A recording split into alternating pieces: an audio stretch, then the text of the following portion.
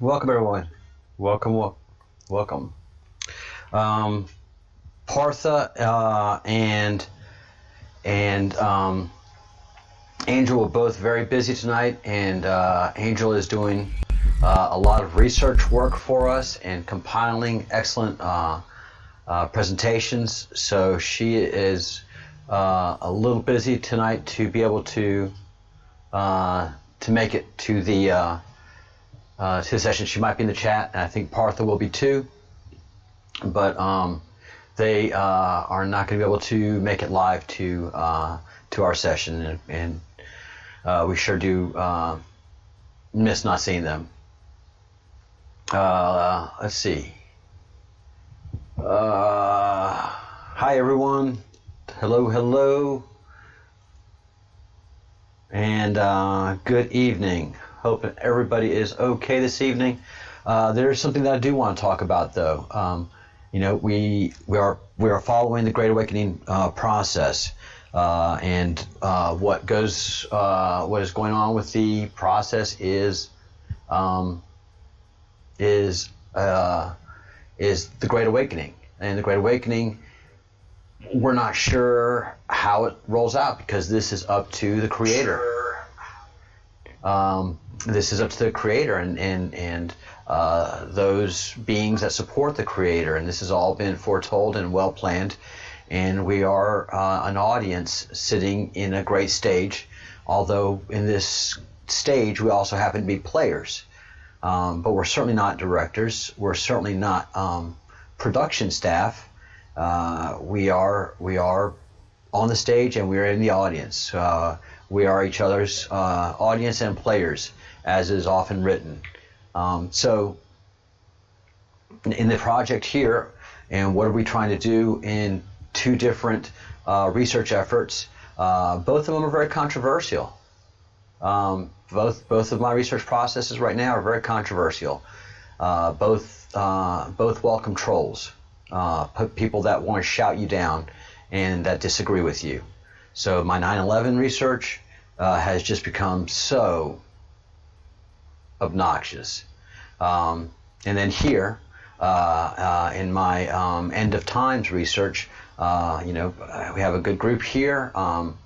Moderators moderate to keep out trolls, but then they disagree with my other investigation, and some of my moderators turned and became trolls. They weren't moderating the conversation anymore. They were yelling at me, talking down to me on my own channel. So we're going to make some ground rules really quick right now. That's not going to happen anymore. I have to make sure you people understand that things you say and do affect others and do affect me. That's why we have moderators. That's why we kept trolls out when this channel started getting popular, so that you could express your ideas freely and you wouldn't be shouted down to it. Well, I have another area of research that some of people who are friends and moderators became troll and tried to shout me down.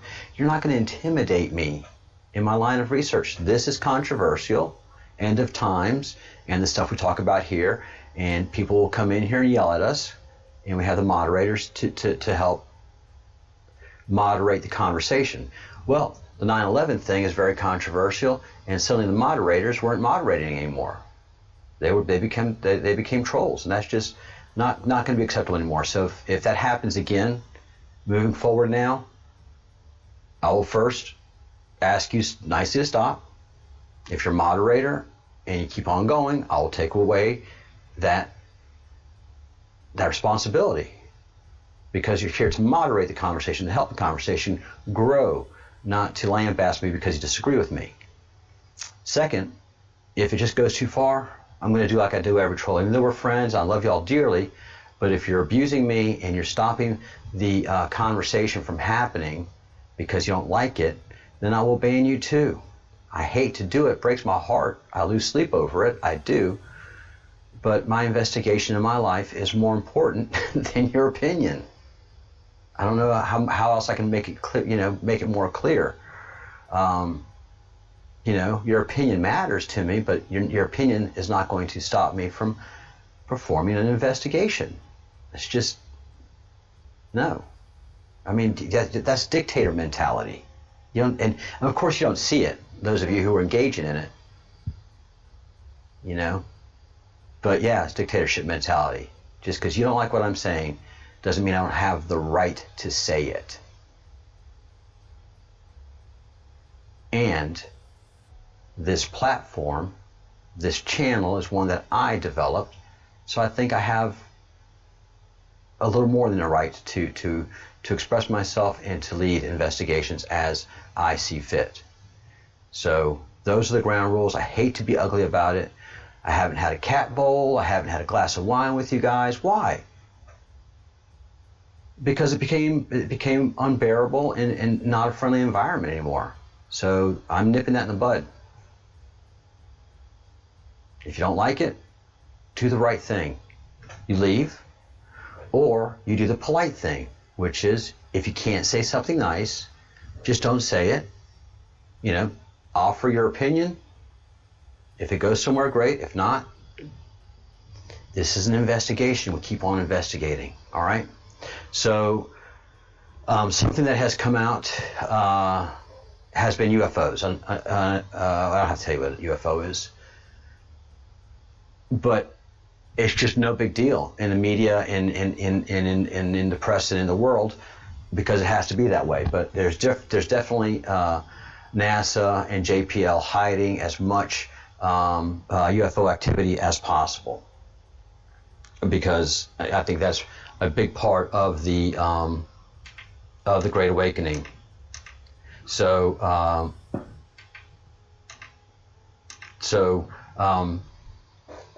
Wage's World has been doing a great job of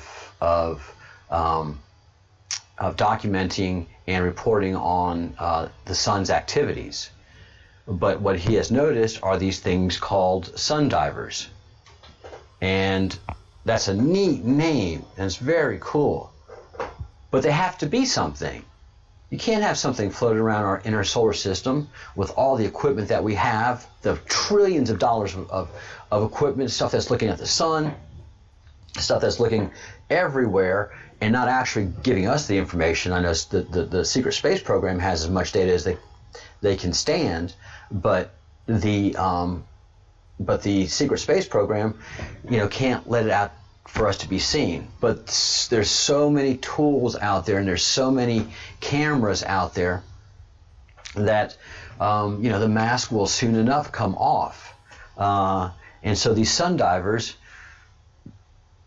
are more evidence that that in fact the Q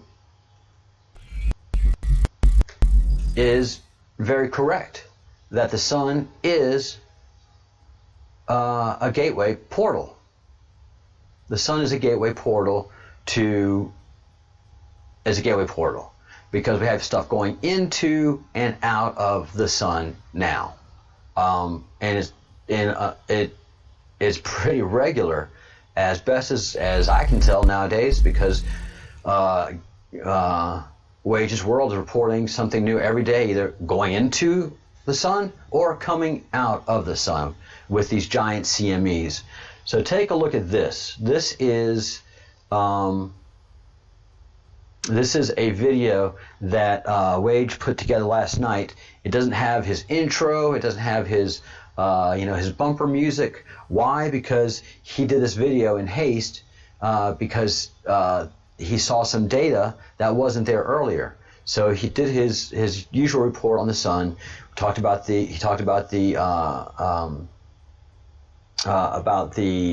Schumann resonance meter a little bit, and then he went and talked about this tool, which is a satellite that looks at the activity around the sun.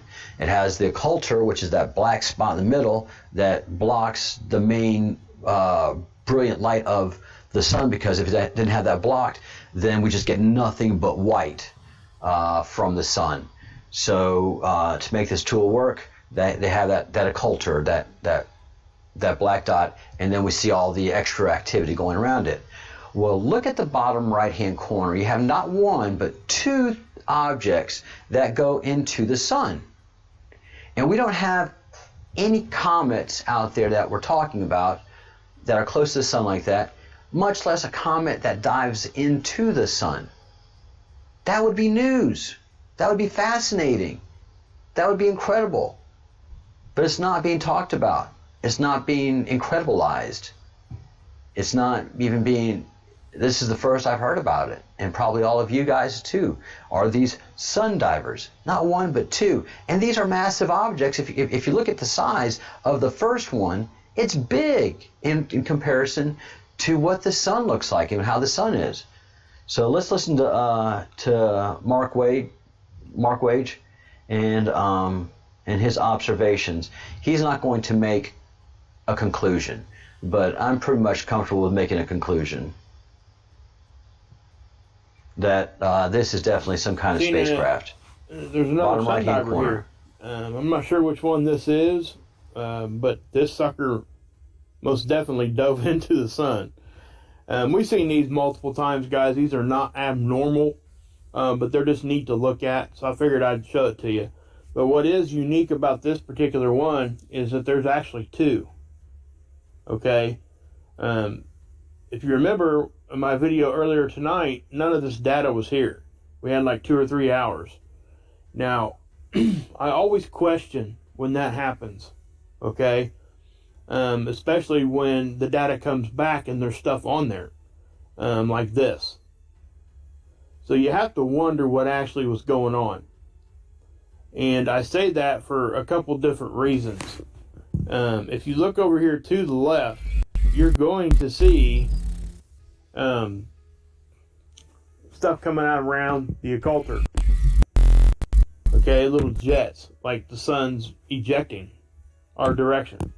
Okay, and it could be right now. So we're going to go look at that too here in just a second. But so yeah, hold on just 1 second. Okay, guys, sorry about that. I wanted to turn the brightness up so you guys get a better capture here. But it does look like the sun was doing something there.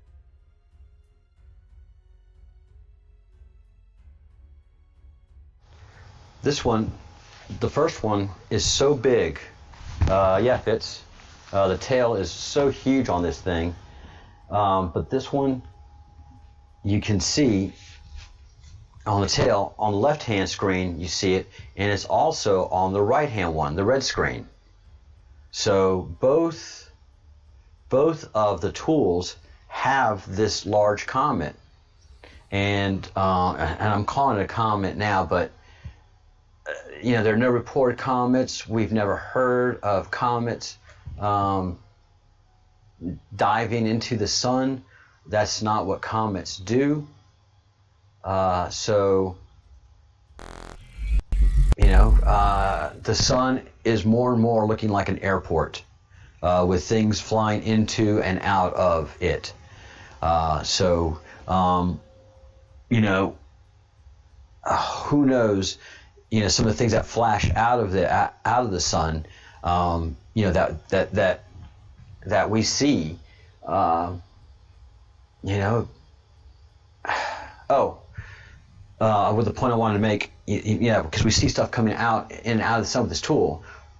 The reason Wage's World made this clip like this without his bumper music and stuff is because he had already looked at this tool earlier in the day and didn't see anything. But what he did see was there was only 2 hours worth of data. The whole day of data wasn't there.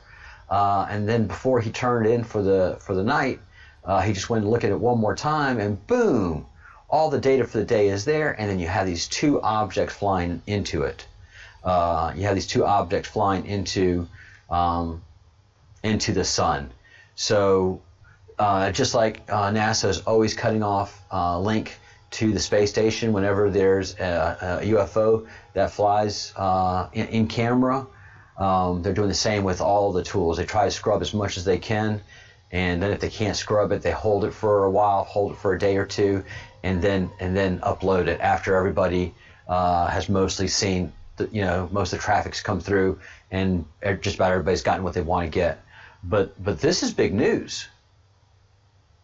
This is big space news. This is not no big deal. That comet that we're looking at right down there is big. You can see it in both scopes. It is a large object in comparison to the sun.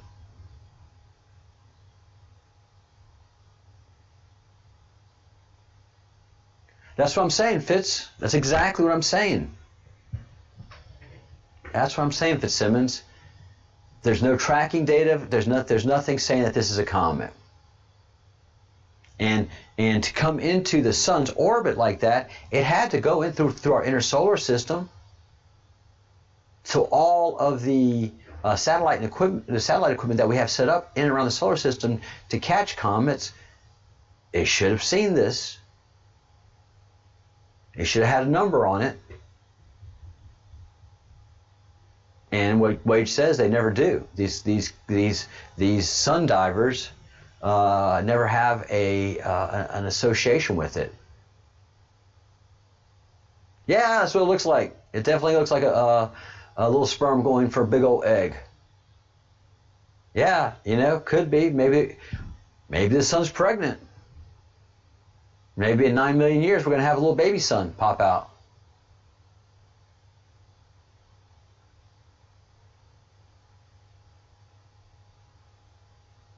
Hey, Tabitha.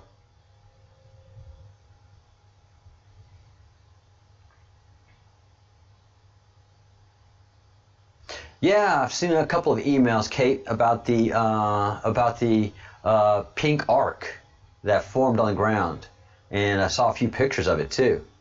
What was that about? I mean, yeah, there's just so many weird weather events happening, and it all goes into our eschatologies. So I still feel very comfortable in saying that we are again in the end times, and the Q is so far the Q key and the Q map are comfortable guides for us to follow, for me to follow, for the project that I head up to follow in trying to make sense of what we're seeing in the skies. And what we're seeing in the skies reflects nicely with what the Q key says. Yeah, I mean, we have things coming into and out of the sun, and it's not just one or two times. It happens from what we see through Wage's world with great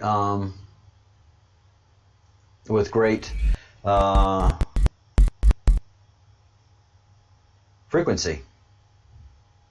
Yeah, it's one of those things that's really hard whenever you're doing something live, and I wouldn't mind the trolls. I hate to get back to that, but it really breaks my heart, hurts me personally. Like a B1 like Fitzsimmons says, he came into the room, came into the chat room this morning, was just appalled at people's behavior, and it impacted me personally. I have to deal with those emotions through the day and through the night. And that stuff's just not.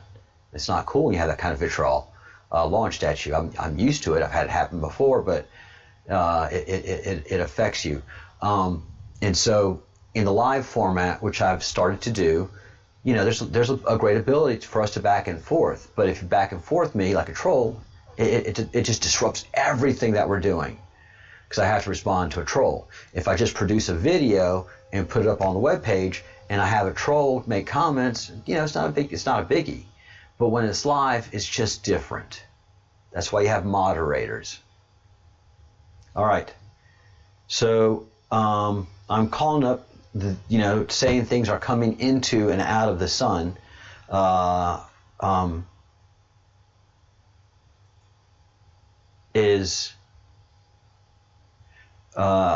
see. It's just the truth. So I'm calling up the other video. Again, we work off of... It's just hard for me to not...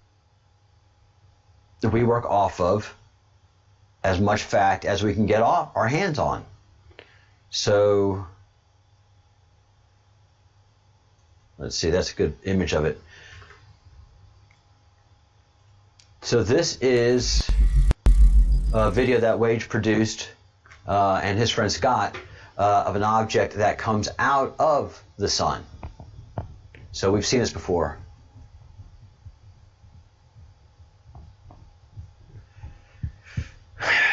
Yep, it was rough. It was rough, Fitz.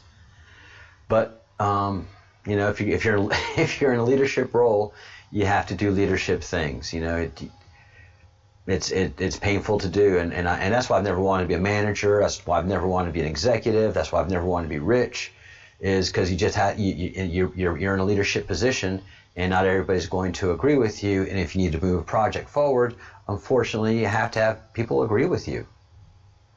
If you're an investigator, you can't have investigators fighting each other all the time and think that you're going to solve the problem.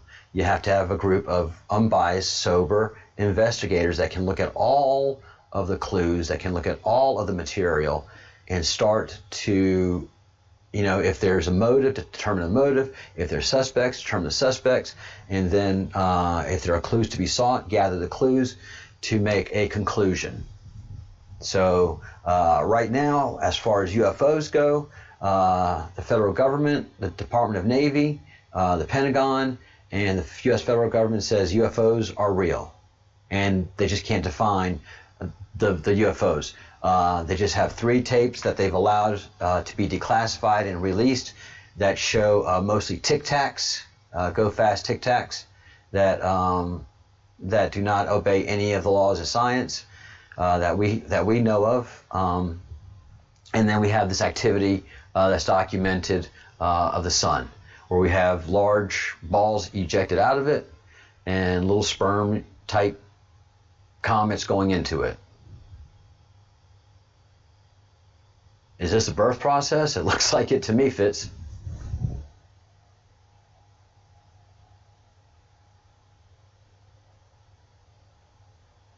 Thank you, Fitzsimmons. That means a lot to me. I'm sorry you're lagging, Tab. Let me check on my end. Live stream, see if we have any errors. Going to stream health. Nope, stream's healthy. So I know you get the weird camera look, but right now I've got excellent connection, and stream health says that everything is healthy and good, Tabitha. So I'm sorry that your internet is being mean to you. And let's see if we can get the video to the point where we watch this happening.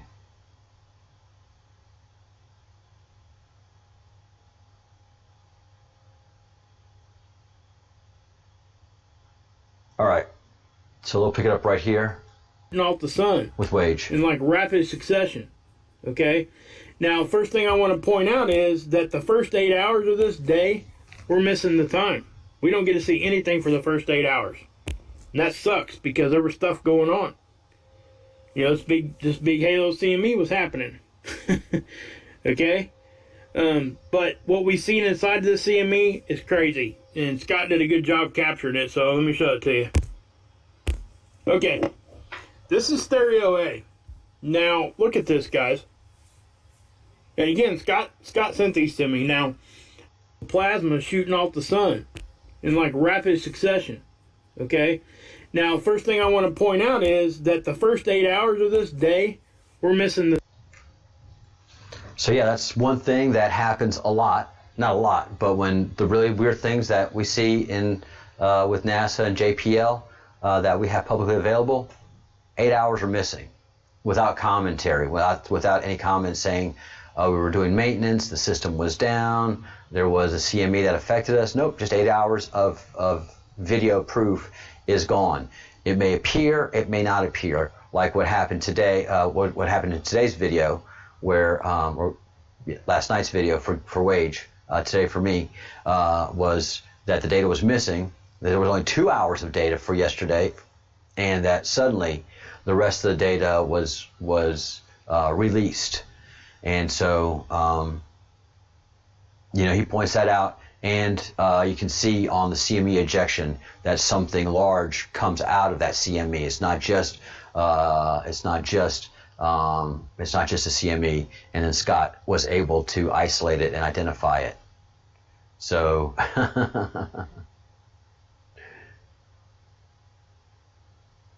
yeah, Jinx, you owe me a Coke or two. I know that, Fitzsimmons. There's like, Atlanta's gonna be happy with the Coca-Cola consumption that happens off of these jinxes. Yeah, they're doing it all. And I hate to say they're doing it all the time now, but they're doing it all the time now. I mean, it's got to be exhausting for them, editing all this stuff out. It's just more activity and more activity and more activity, which is what the Q says, is what Partha says, it's what the eschatology say. So I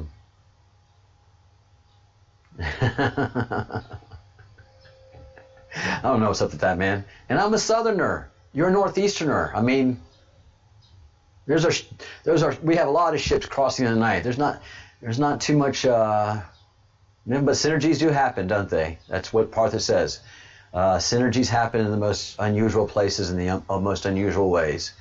So that is fantastic. So, and then one of the things please read The Law of One. If there's any book that I can tell you, that I can ask you to read, which gives you great comfort and makes sense, is The Law of One. And if you read the Old Testament of the Bible in an archaeological way, not looking to pull religion out of it, but understand the story that it tells, it can give equal comfort to the Law of One, because they're not saying too many different things. The Law of One says there's one God, there's one Creator, and the Bible is saying the same thing. There's one God, there's one Creator. The stories roll out differently, but fundamentally the players are pretty much the same. What the Law of One says is that aliens have come to the planet and have tried to help, and it goes badly. It goes just like went in my chat room this morning. Humans are aggravating pains in the asses. We don't get along with each other, much less get along with the gods. We'll be impressed with the God for a while, but after a while, and it repeats again and again and again throughout history. If you really read the religions, is we're always revolting against the gods. Oh, you got some Southern blood in there too? So you get on your own nerves like I do? Yeah, I remember in an argument with one of my girlfriends, just all your philosopher stuff, it just gets on my nerves. I'm like, I know, I get on my own nerves too. And we had a great laugh, but it's just philosophers are just, and engineers just aggravating human beings, but human beings are just aggravating in general. And so we'll be impressed with the God for a while, and then if you leave us alone for a little while, we're making that golden calf and having a party.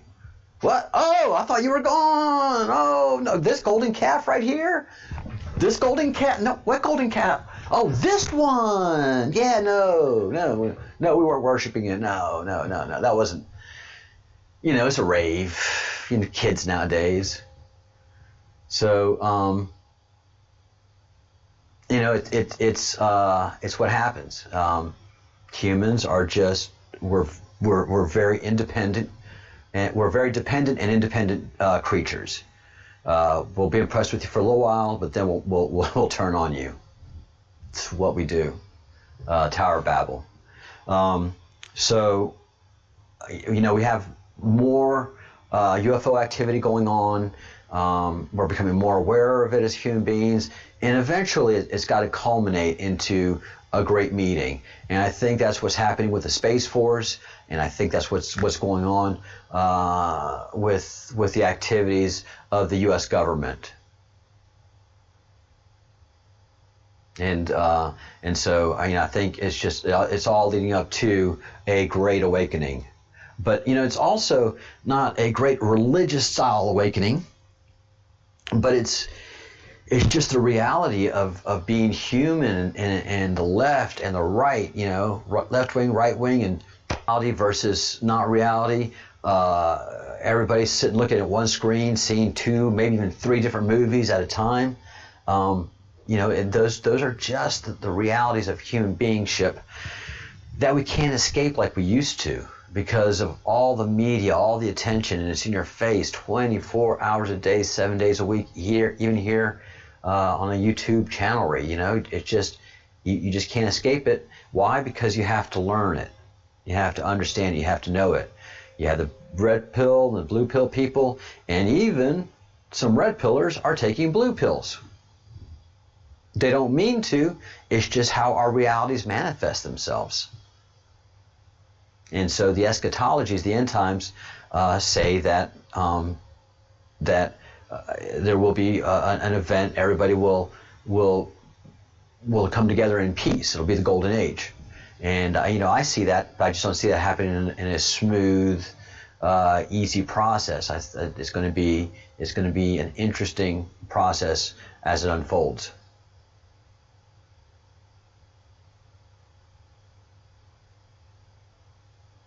Yeah, shenanigans is a great word. I just never have the right time to use it. Gosh, you know, people can use shenanigans perfectly. I just can never produce that word at the right time. It's a great word. No, none of us know the whole truth. Not even Partha. You know, as great as Partha is, as brilliant as he is, he has to view the truth and what he sees through his entire tradition and genealogy and genetic makeup. And the way he sees things is difficult for us in the West to see it. I'm not saying he's wrong, and I'm not saying I'm right. It's just different ways to manifest and view what is happening and in the truth. So as he presents what he knows to be true, he's doing it using beautiful Indian brushes, and Angel's doing the same, using not only Indian but shamanic brushes to do it. And we're all students sitting there at the table going, whoa. And it takes a lot to process, and we don't have as much background as they do, so we have to process it through our own computering skills that are rooted in Western traditions. So no, we none of us on this planet know the whole truth, not even close to it. So much is hidden from us for our own good, because we are children in the universe. We are truly children. And you don't give children adult responsibilities. And part of taking care of a child is you have to tell him some truths and some things you just don't want to know, you know? Like the talk with your children. Once you have the talk with your kids go, "Oh, Mom, Dad, y'all had sex? Oh!" And that's cringeworthy, man. That is I mean, all of my friends, I just remember all of them. You mean your mom and dad did that? Oh. So, you know, as children, you perceive things as children. You use your children filters to process adult ideas. And then as an adult, you can't process childlike ideas. You process adult ideas, but you sure can't process intergalactic beings that are of orders of magnitude higher and more evolved intellectually and spiritually than us. It's just we just call them a god, you know, like Archangel Michael or Archangel Gabriel, which so many of the ancient religions talk about and allude to. You know, these being great beings that come from heaven, which, for lack of a better word, is a great way to describe an alien. So yeah, if we see an alien come to the planet and it does great and amazing things, we're going to call it a god until we're like, you have limits too, don't you? You can bleed, can't you? Pitchforks and torches. It's what we do. So NASA is scrubbing data. They scrub data. Why? Because they have to hide the data. They have to hide the data. Why? Because it would deeply affect us and not in a healthy manner. Good God, we can't even handle a pandemic these days. We can't handle basic civil discourse. So do you think we're ready for aliens yet? I don't think so. I think we've got a lot of work to do. And we're doing that work.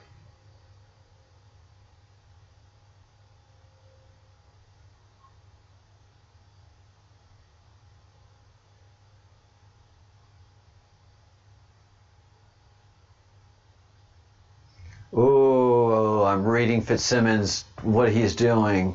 Let me scoot on closer to my iPad and get close to that, because this is what I'm wanting.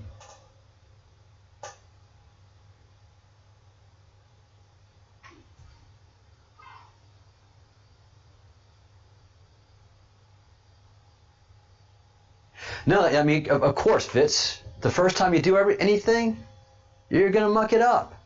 The first time you do anything, at first, it's difficult. But everything is difficult at first. It's the third and fourth day that you're like, I got it. So yeah, if I have to do something, I always start doing it like 3 or 4 or 5 days beforehand.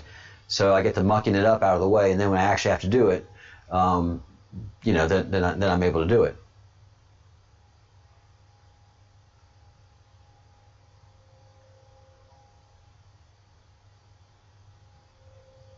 So, are you saying that the sun is off? Your initial observations, and we're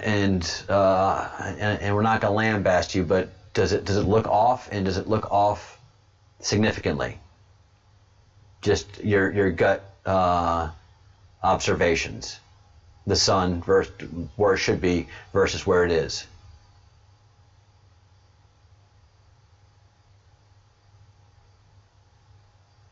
Because yes, the sun does not look at all. Still doesn't look at all normal. 4 o'clock is actually the real 12 o'clock now. So the sun is right overhead where I live, roughly at 4 o'clock, and getting later and later. Right now, what is? Yeah, 4:30 is high noon. All right, Fitzsimmons. Whew, that's good science. That's good breadcrumb right there. That is what I'm talking about. That is good research. That is a breadcrumb that we can use and hang our hat on.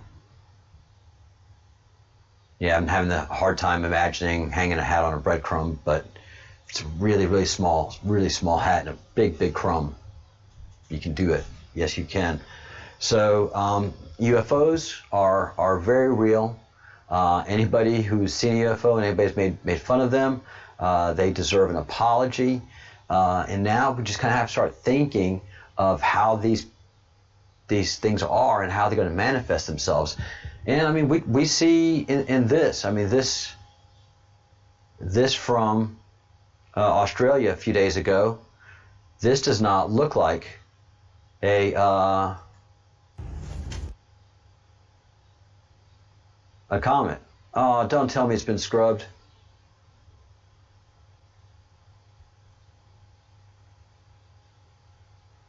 Don't tell me it's been scrubbed.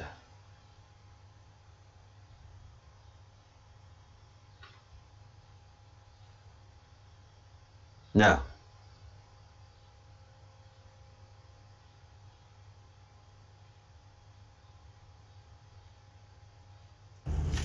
What's that? It's an alien. What is that actually?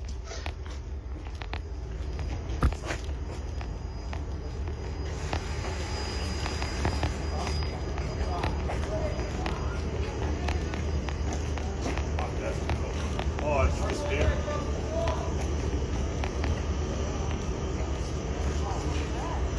So, I mean, it just kept on going. It just kept on going and didn't stop. And then we have this video from Russia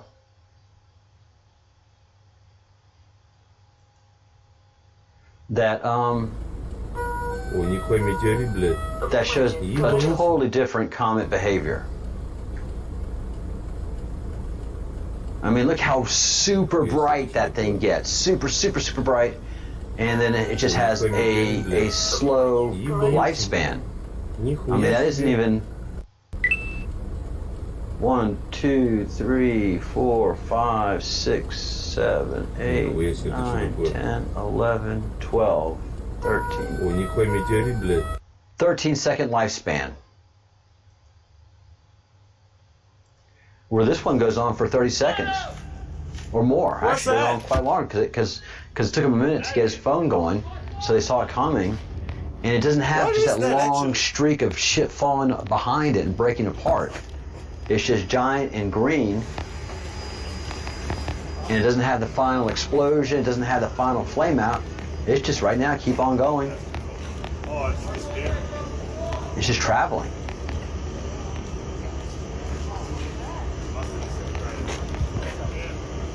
More pressure, yeah. So it should have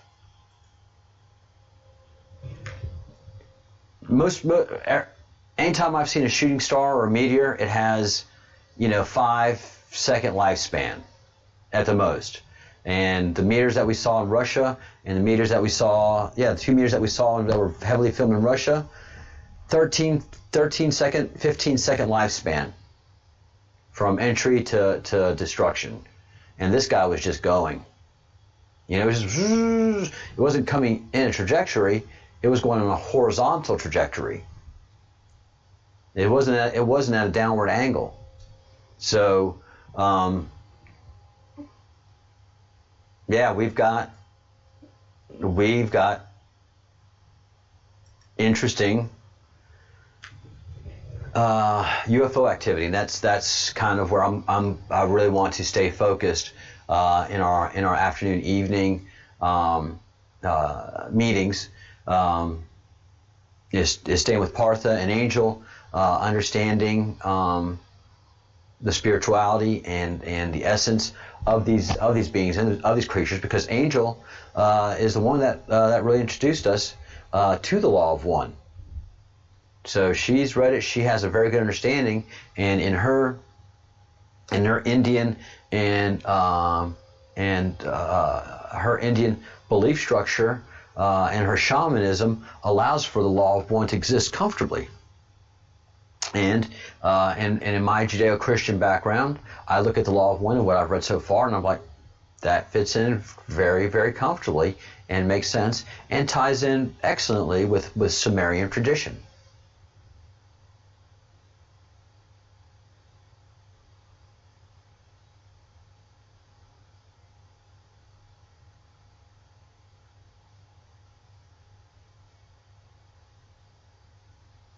I'll have to take a look at that. That's news to me. All right, Crafty Child, I will do that. I won't do it right now live on air, but I'll try to do that this evening or tomorrow. Thank you for pointing that out.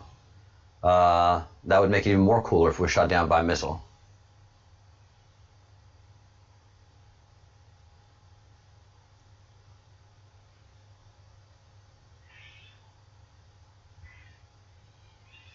Did you? Hey, Harshal, did you send me that video by any chance? And thank you for the information you send me. I don't ever always get a chance to respond because I'm crazy busy these days. But thank you for all the video and all the information you always send me. It's very much appreciated. And as a matter of fact, I'll be better in responding and saying thank you.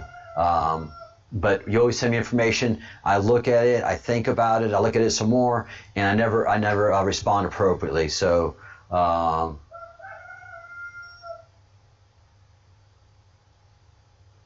yes, thank you, Harshal. Harshal, do you have a link for that? Fitzsimmons is asking.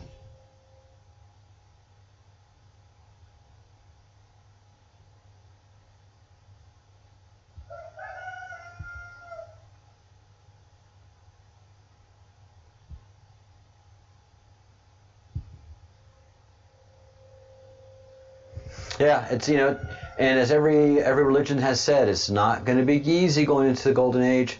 I don't think there's going to be a global destruction event. There's going to be suffering and confusion. But as we go into the golden age, we will be going into the golden age. But there's going to be birth pains.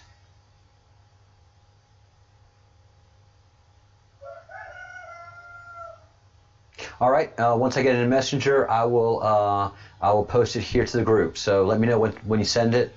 I'll take a break and pull it up, and then post it into the group chat.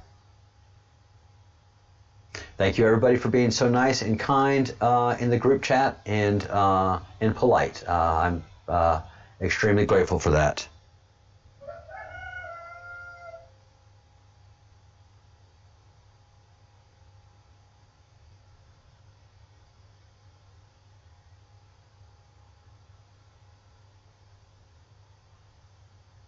Yeah, they take these YouTube videos down fast, man. YouTube and Google. It's amazing what they choose to take down and what they choose to leave up.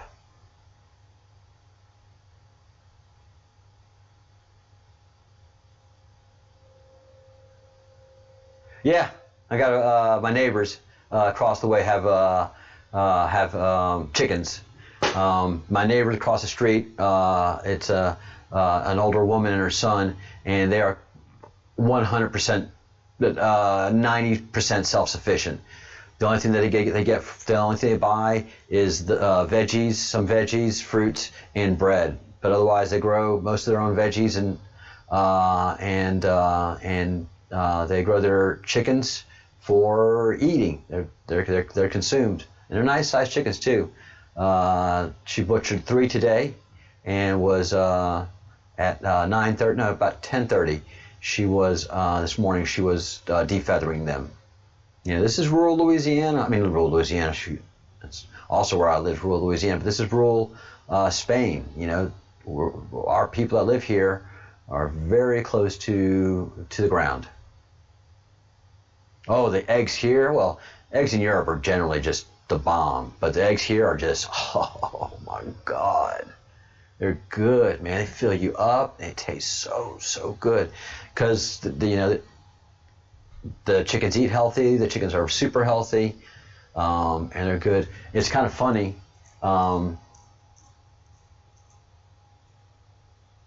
Sun divers, Harshal, that's what I'm talking about today. I love this when this happens. The sun divers are what I started this show with this morning. Here, you think if I'm pulling your leg?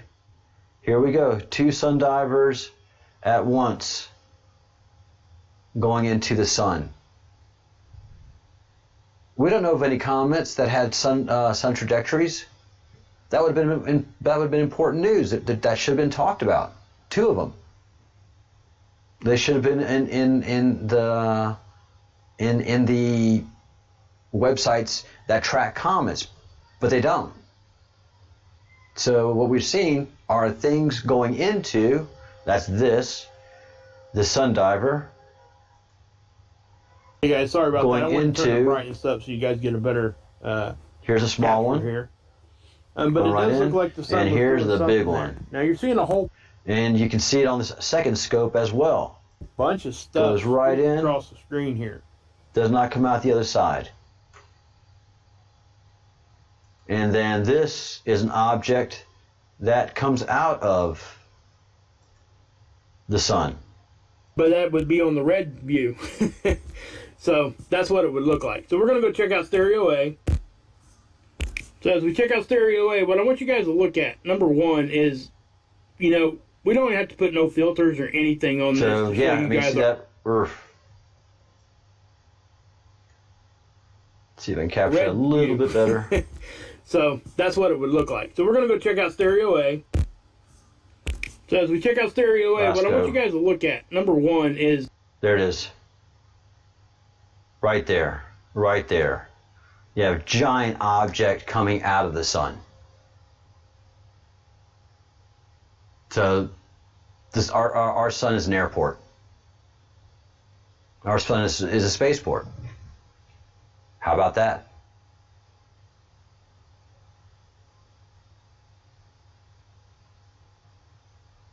Oh, I love chickens too. I've been called chicken whisperer.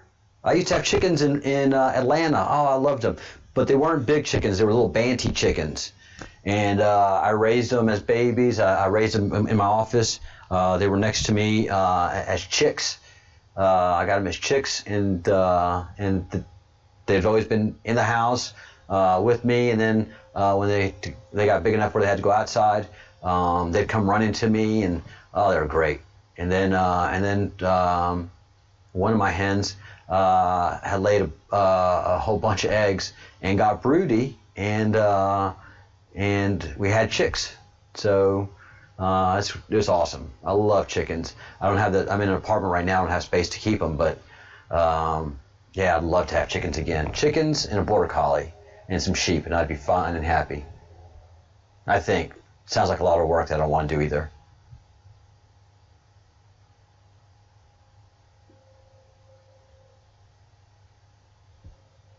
Yeah, I heard about the DDoS attack, denial of service attack on T-Mobile, and I dropped a note to Partha to talk about it. Hopefully, we can talk about it tomorrow. But it's fascinating. A lot of people thought it was a sun event that caused T-Mobile to go down, and no, it was just a good old-fashioned denial of service attack, and it's basically a directed DOS attack.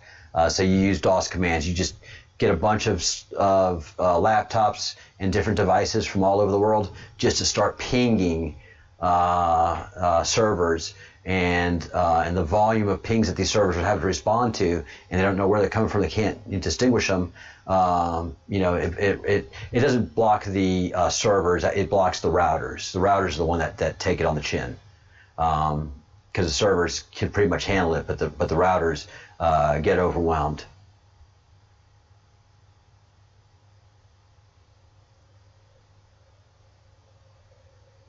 Yeah, Harshal, Partha and I are going to talk. Parsha and I are going to talk. I can't wait to it. He's a programmer. I'm a network engineer, and so it's going to be a great conversation.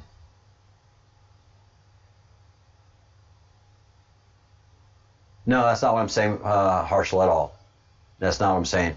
I'm saying that yesterday people were saying that the impact that what was impacting T-Mobile was a CME, an EMP from the sun, when it was actually a denial of service attack that was affecting T-Mobile.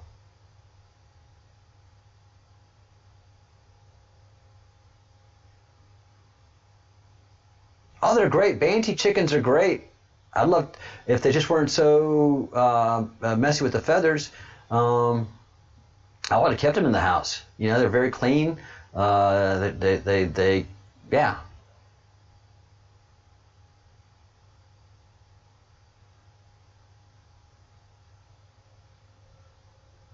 Oh, I love those banties.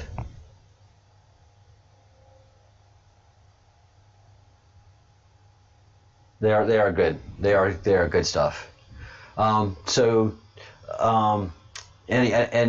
many UFO videos as you guys can get your hands on, please send them to the Breadcrumbs Project so we can analyze them and start to build a catalog of these things. There's a lot of information out there. I'll be doing some more research in the coming days and gathering more information on UFO activity, because I feel this is crucial. I think this is part of the Great Awakening process.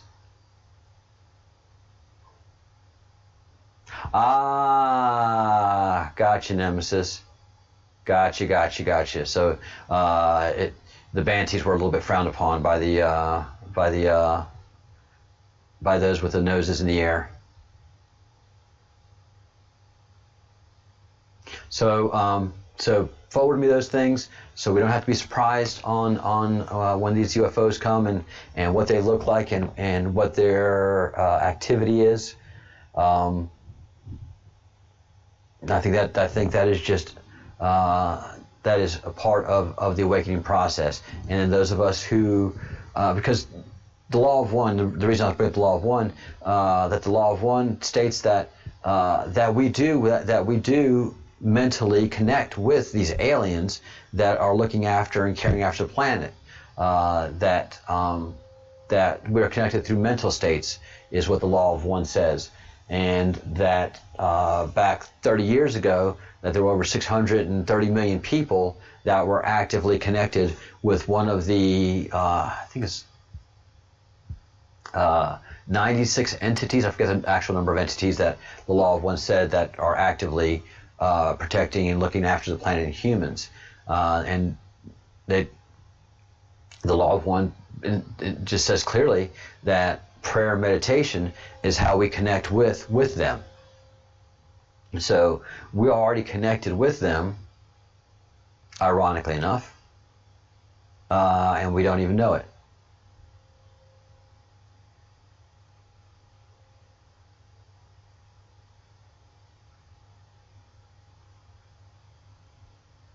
October 10th. So October 10th is, I remember Angel and Partha both saying October 10th was going to be a significant date with space activity. And let's go ahead and just remind ourselves that June 20th is also going to be a very, very important date. A very important date in space and for humanity. We just have so many things going on. The buck moon. We're going to have a solar eclipse. We're going to have an alignment with several planets in retrograde. I'm going to sneeze. I don't want to sneeze. I don't want to sneeze. I don't want to sneeze. Don't sneeze. Don't sneeze. Don't sneeze. Sneeze conquered.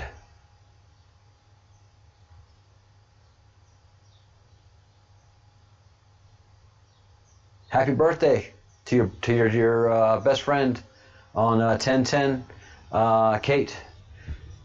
And remind us on 1010, and we'll sing happy birthday to her or him.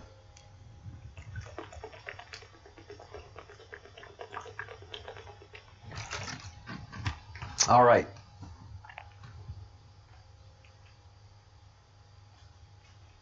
Oh, wow, Tabitha. Oh, your grandmother had great taste in chickens.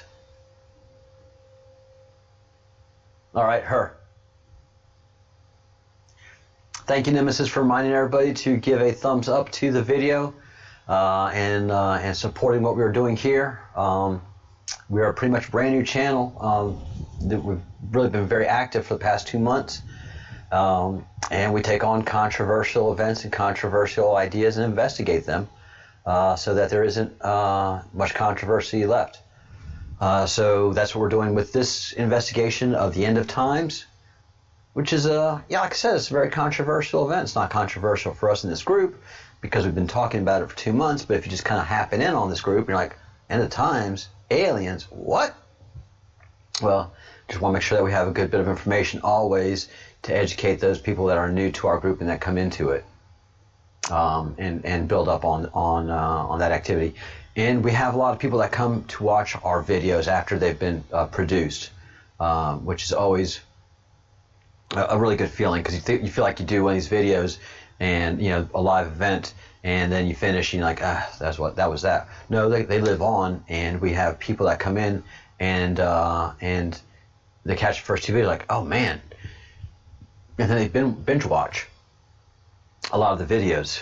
So the way we're producing these things is working and is helping a lot of folks who have a lot of curiosity.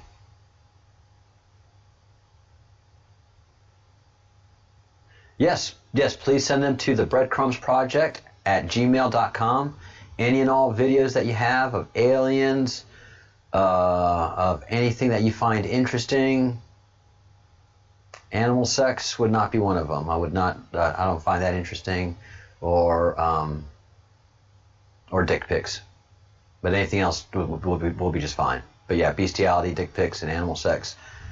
But everything else that you find interesting, please send it on. I find it very, very, very interesting.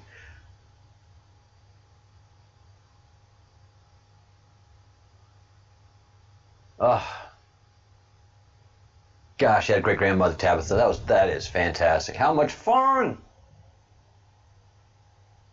Oh yeah, my banties would roost sometimes in the trees at night, and I didn't want them to because we had hawks. We had a lot of chicken hawks that would attack. That would swoop in and take them out. So I had two banties that to get them in the coop was a lot of work.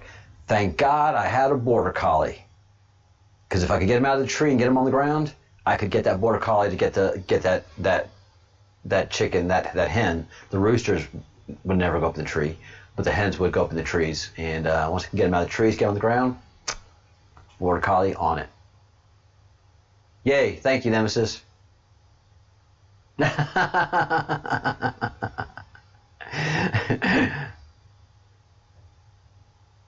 Glad you got that, Fitzsimmons.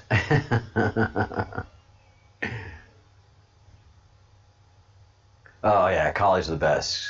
I had a Sheltie, and I can't have another Sheltie because they just rob your heart, man. When my Sheltie passed away, it took me months to recover from. Oh, she was just the best thing in the whole world.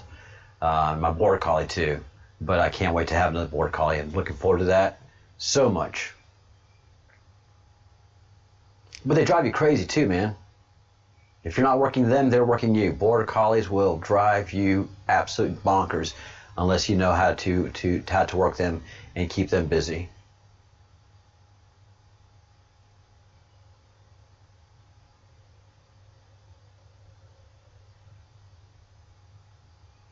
Very cool.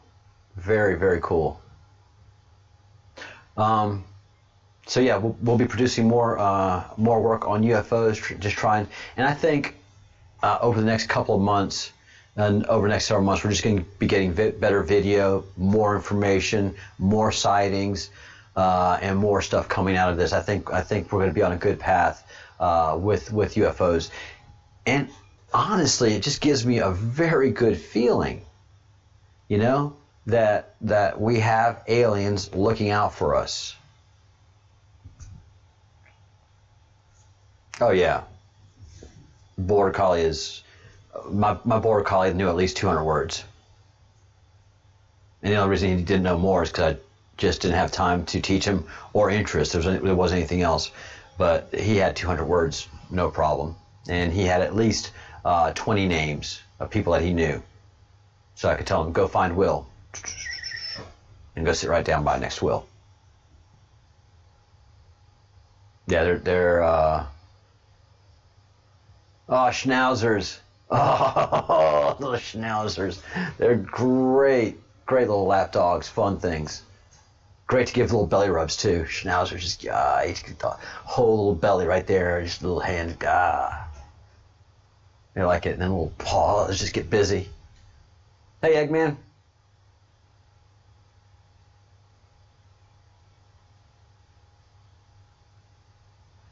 Self-enforced sexism rehab. I don't know what that means. Oh, you're now a feminist. Congratulations, Eggman. Yeah, how's your little cocker doing, Nemesis? You're relaxed and non-aggravating cocker spaniel. Yes. To me, it's so interesting to watch people here, because we have a lot of border collies in my little town here, and it's very interesting to watch people give the dogs commands in Spanish, and the dog understands. I'm like, huh? Border collies speak Spanish too. Hey, these dogs are just smart.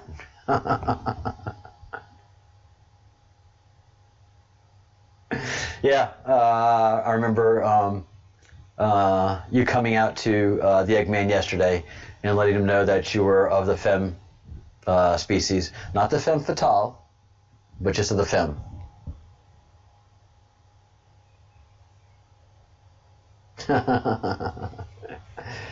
Boy, I bet you that little cocker spaniel is not spoiled at all.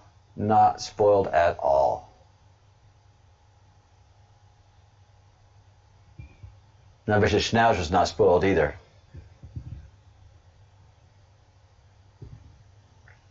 So yeah, we're going to be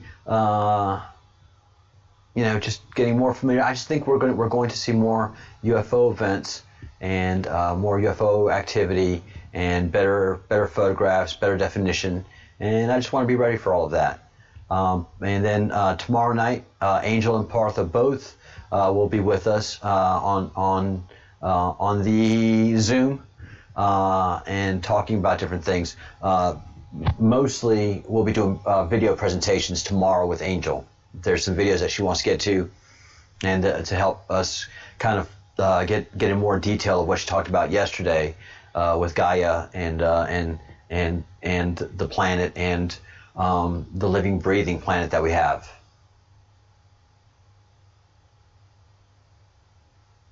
Oh, that's right, Kate. You have a lot of activity over by where you live of UFOs. And that's why I say, nobody is fazed by this stuff. This is just shocking to me. This is why I'm talking about it so much now. But, and not a lot of people are interested in talking about UFOs because we have 11 people in the channel. Usually we're in our 30s with Partha and Angel, which are very interesting. But now that we're talking about UFOs, everybody's like, oh, UFOs. Because we just don't have anything really tangent, to talk about and look at. But when we do have it, when we do actually get a super acknowledgement event, you're going to have like 9/11 where people say, oh, those aliens never appeared. Then you're going to have a bunch of people go like, aliens, and their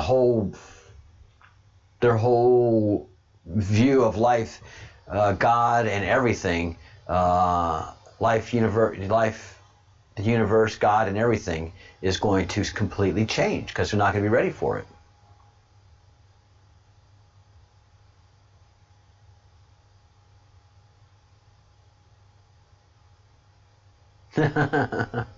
Well, he's the egg man. It's in his name. He's got to exude his manism, and he also exudes his eggism on. So he's the Eggman. He's not the walrus, cuckoo. He's the Eggman.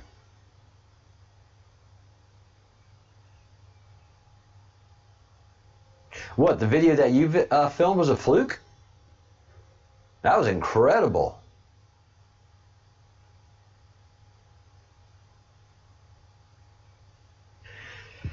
Yeah, Fitz, there's plenty of odd to do out there. So that is going to be basically the three cruxes of investigation that we're going to be undertaking over the next several months. UFO, documenting it, understanding it, giving it context and predictions.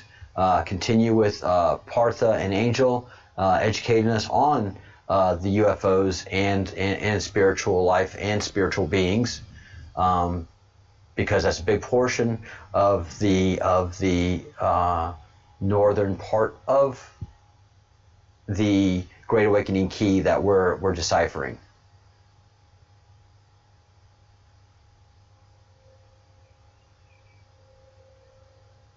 Oh, I'm sure you'll catch it again, but you just whenever you go out, you gotta have your phone on the ready.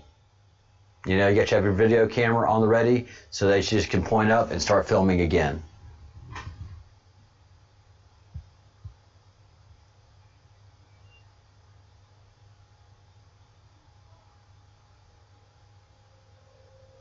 Oh, cool, crafty child. Very, very good.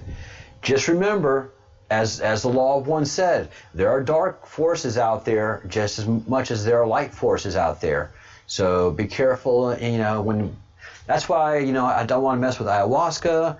I don't want to really contact any of these beings because, I don't know what I'm doing.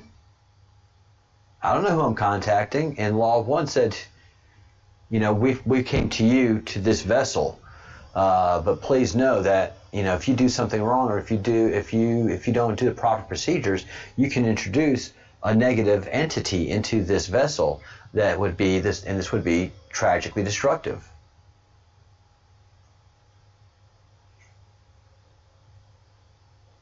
Close Encounters of the Fifth Kind. I have heard of that, and I've been meaning to watch it. I'll try to get into that this weekend.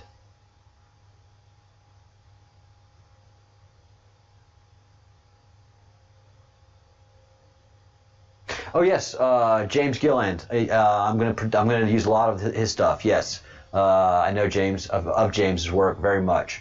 And 2 months ago, I was like, a bunch of loons. What do they know? And now I'm like, wow, these things are real. That's why you got to have an open mind. That's why when you're doing research, you have to have an open mind. And starting 10 years ago, I mean, when I say, UFOs, what do they know? I wasn't very much like that. I just didn't have a place to set myself there intellectually, comfortably. But once the Navy made its admission, once President Trump made its admission, once I got to see some of the people that were flying the airplanes talk about what they saw, well, you just can't have any doubt after that. You just can't have it. Now we just need to catch them at their work and start to build up a good database of video proof that we can present to others.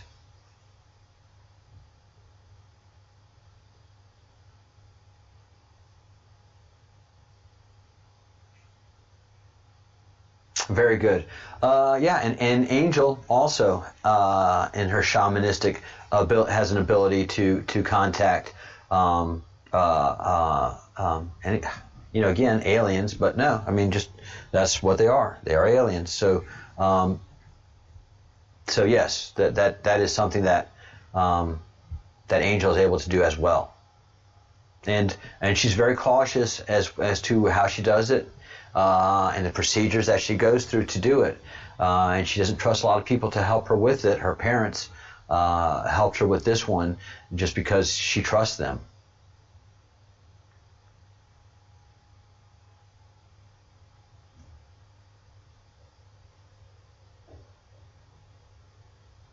Oh yeah, Walker Ranch, Skinwalker Ranch. That those videos are fascinating as well.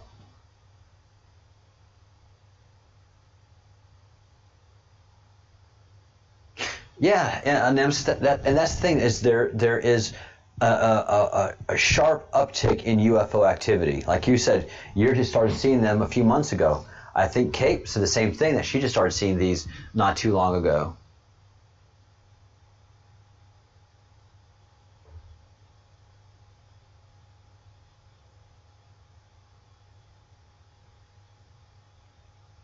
Yeah, the Navy is the one that has just the Fitzsimmons Navy is the ones that have just the overwhelming amount of UFO sightings of any branch, not the Air Force. It's the Navy. And pretty much anybody in the Navy is a no BS kind of person. So when a Navy person says, "I've seen a UFO," in military life, you don't want to be the odd person out. Especially in the Navy. You don't want to be that person in the Navy that says, "I've seen a UFO," because you'll be ridiculed before. But nowadays, there's stories that just go throughout all the Navy ships and all the fleets of UFO activity, both East Coast and West Coast. And so as far as your seamen deployed at sea, they believe in UFOs. They've just had too many shipmates tell them stories, or they've seen them on their own.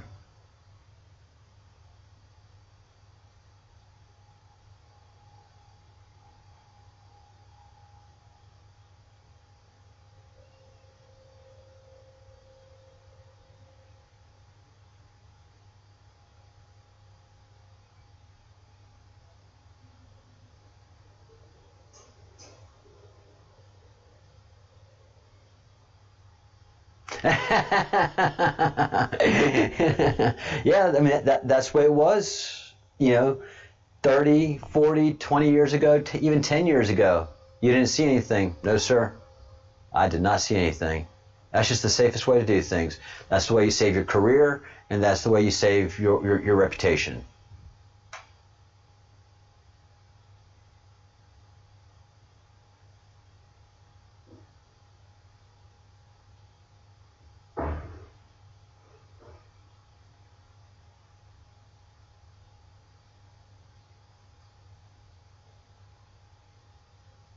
Yeah, yeah. In the 80s, I mean that's just the way it was, and for pilots, they used to have to sign an NDA. They would, if they saw something, they would be briefed, and then they have to sign something saying that they can't disclose what they saw. They have to sign an NDA, and then after a while, they just, you know, they don't have to sign them anymore. They just, you know, you saw what you saw, because it's just became too much after a while, and over the last 5 years especially, it's become too overwhelming to try to keep quiet. And again, they forced the President of the United States to admit that there are UFOs. So this is something that is an ongoing push from inside for some reason. And again, we have Space Force. Have we heard anything about those guys? No. Is Washington, D.C. making fun of them? No. Why? I mean, if there's one thing that is up for ridicule, is Space Force. If there's one thing that a sober American taxpayer thinks is the last thing that we need is a Space Force.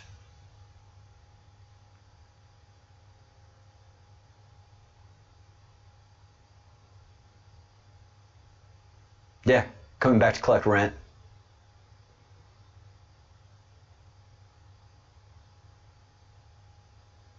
Really, Eggman? All right, very cool. So you have a feeling, you have a little precognition that you're going to see something. That's very, very cool. You see, being a feminist is not so bad.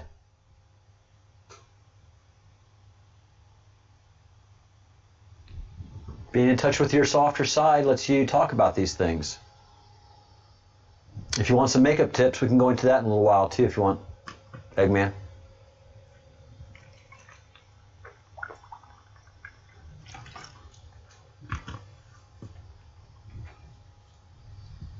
Yeah, there's a lot of people that, well, there was a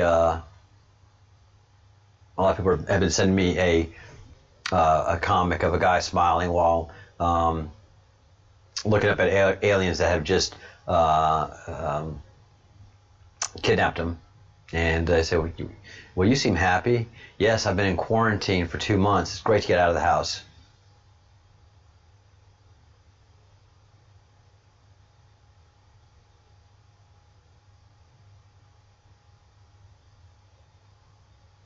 Wow, Eggman, that's badass.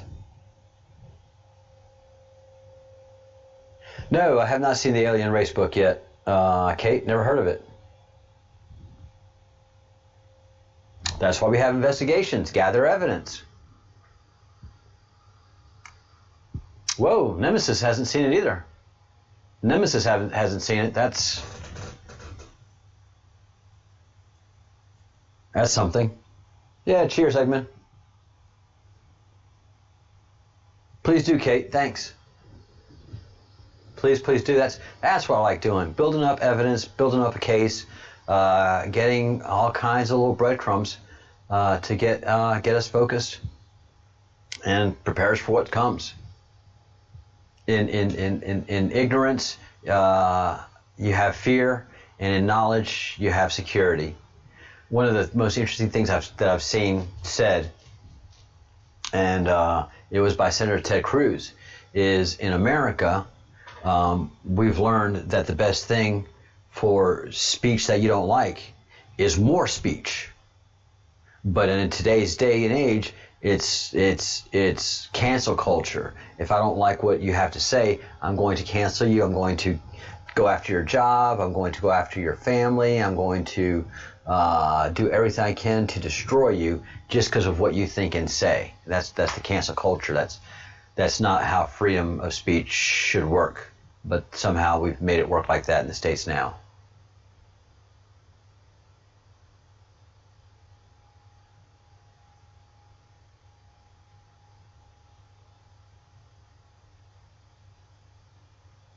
Dante Santori. No, Never heard of Dante Santori? Dante's Inferno? Yes.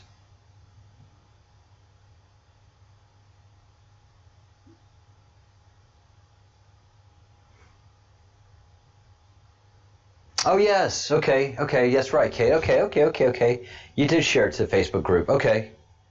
Okay. It takes me a while, but I get there. And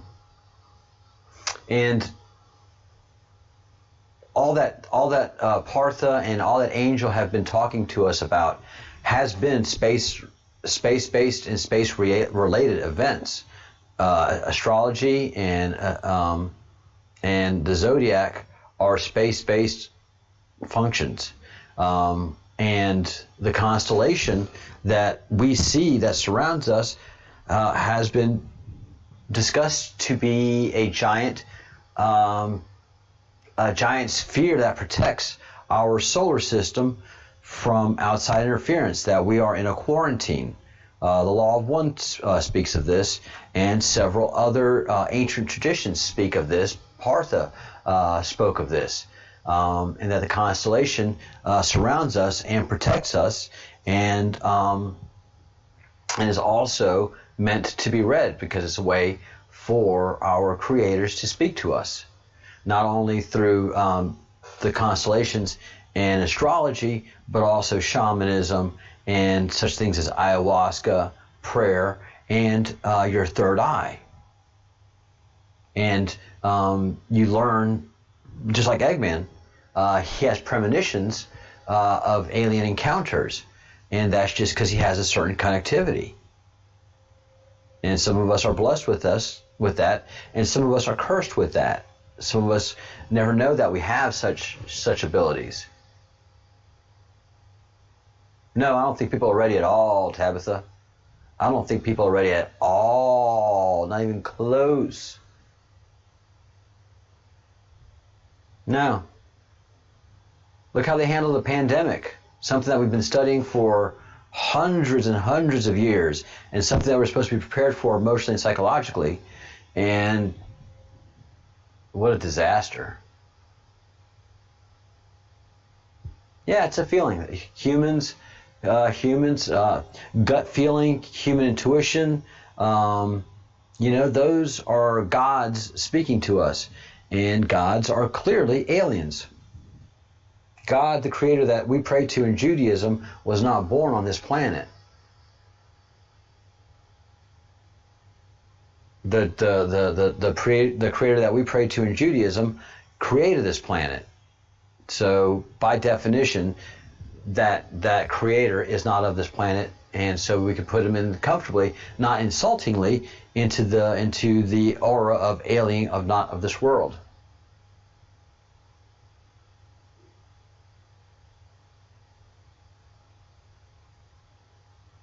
It's not insulting to think like that.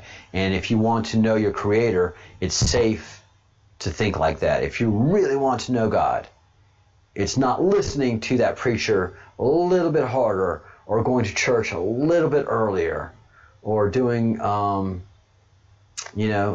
another potluck dinner. That's not really going to get you closer to your creator. It's reading the text that he's based on, and then doing further investigations into that time and place, and truly get to know that being. Because especially when it comes to the Torah and Judaism, God was right there in the desert with Moses talking to him, and all of that is recorded. So you can actually hear the Creator's manner of speaking, because he is quoted in Exodus many times. So we've heard God talking. He's quoted in Exodus. You try to tell a Christian this, and they freak out on you, and they won't even open the Bible up. They won't even look in Exodus. That's impossible. God does not talk to man like that. God, what's wrong with you? Jeez, no, just go look in Exodus. He's kind of funny too. God is not funny. God is love.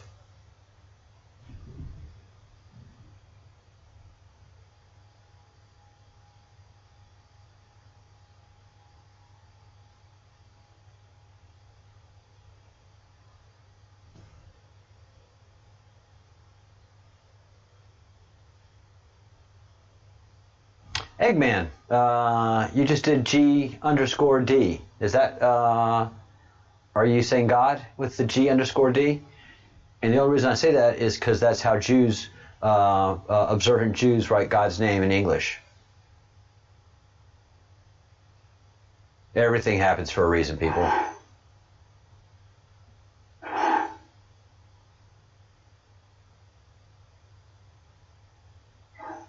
Well, hi Jason, welcome to the Breadcrumbs Project. You can use some of NASA's data. You just don't read the stuff that they write, but you can use pictures and some of the data they produce because, you know. But anything that they write, anything textually based of NASA, I don't believe any of that. I believe the pictures and I believe the numbers, barely, with good skepticism.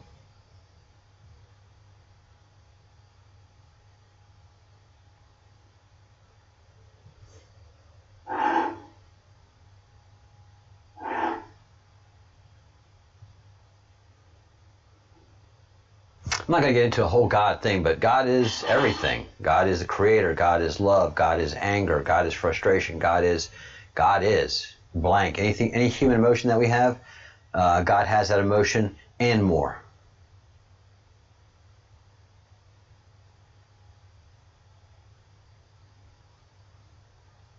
Man, if you read the Torah, if you read God in the in Exodus, He's quick to anger, He's funny, He's sarcastic, and quick to anger, He just gets frustrated with the Jewish people because the Jewish people are frustrating people.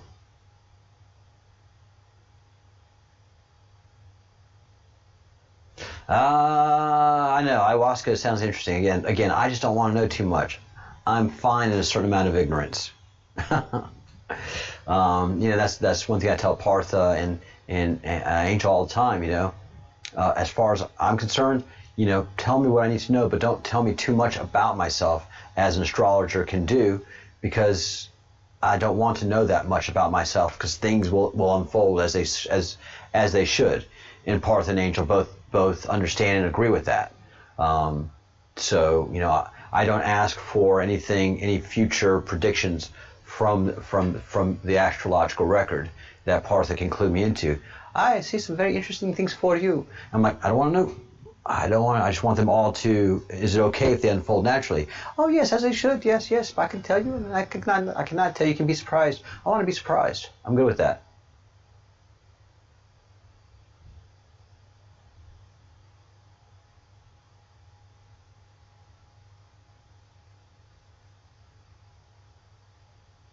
Yep.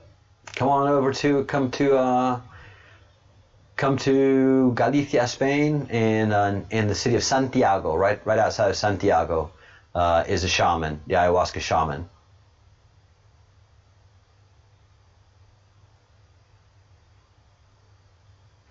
My wine cellar is full. Not as full as it was. Probably knocked out about 30 bottles from the old wine cellar. Because Partha says, don't hoard things. Don't hoard things. It doesn't work like that. You're not helping yourself. Okay, Partha. Yay, Kate! Bring that Bombay Sapphire. Oof, such a lovely blue thing.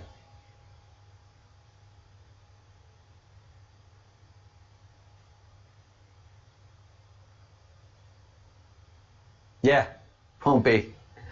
There will be lovely dust bunnies and wind blowing through my wine cellar because of the lack of interference of wine bottles to break it up.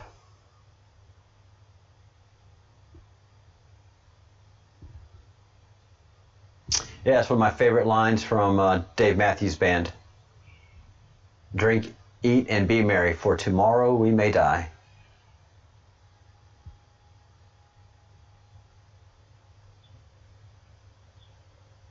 Yeah, that's one of the reasons I'm here in Spain. I have a fabulously relaxed life. Yep, tripping Billies. Love me some Dave Matthews. My last wife and my second wife, my last wife, we were big Dave Matthews fans together, and we went to concert, and so we got really tight into the Dave Matthews thing. And when we separated, it's been very hard for me to listen to Dave Matthews, but I'm starting to get back into it again. But best album for me by far is Dave Matthews at Red Rocks. That is just an excellent beginning to end album, and it's double album. It's double album set. But I've been to Red Rocks, Colorado. I saw who was it? Sting, when Sting was solo. The Dream of Blue Turtles tour, which was fantastic, with Wynton Marsalis playing trumpet. Are you kidding me? I saw that at Red Rocks, Colorado, and that's the best concert I've ever seen in my entire life. Sting at Red Rocks, Colorado, and I was in the Army at the time, and they played Moon Over Bourbon Street with Wynton Marsalis playing trumpet and sax.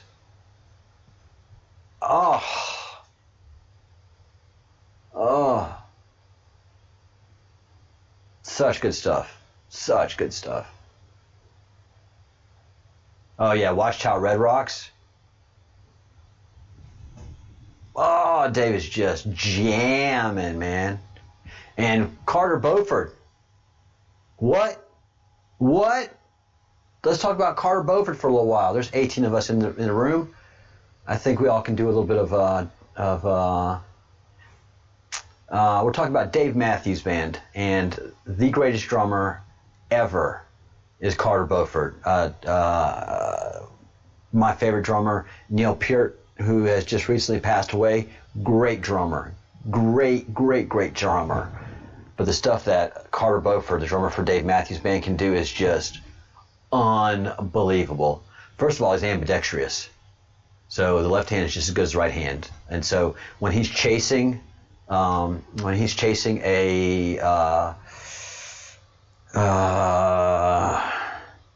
how do we call it? Oh, I forget my drumming terms. I'm a drummer too. Bad one. But some people have trouble going in different directions, because if you're right-handed, it's easier for you to chase a roll. You're chasing a roll on the right, but coming from left to right, it's really hard. It's not comfortable to do. It doesn't sound right. Doing a roll this way from your toms is not the same as doing a roll that way with your toms. Your sticks just don't function right. Not Carter Beauford, man. He can go just as easily as he could be, and he can just keep all those beats going at once, man, and sing. And he is sick with the beats. Sick with the beats, man. Best drummer ever.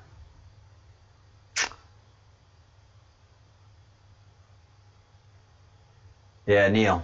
Oh, he passed away. I cried that night. Oh, that was when I heard that he died. Oh, I cried.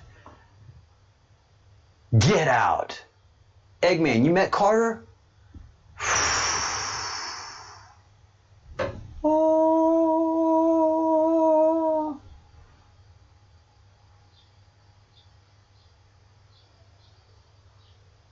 Wow, 93. That was high times. Oh, that was great. They were so young. Wow. Well done, lad. Well done.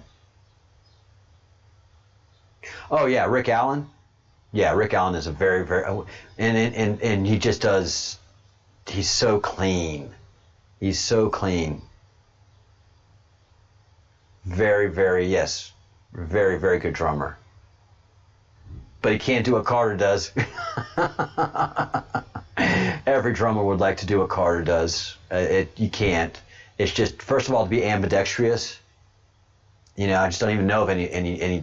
And the reason Carter is ambidextrous is because he started as like 3-4-year-old child playing drums and doing. He saw it and he was just beating on everything.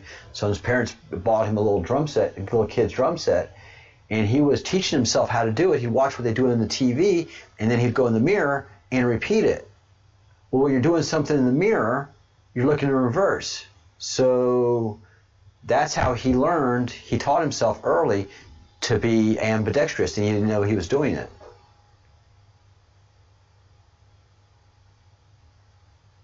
Yeah, considering he lost his arm.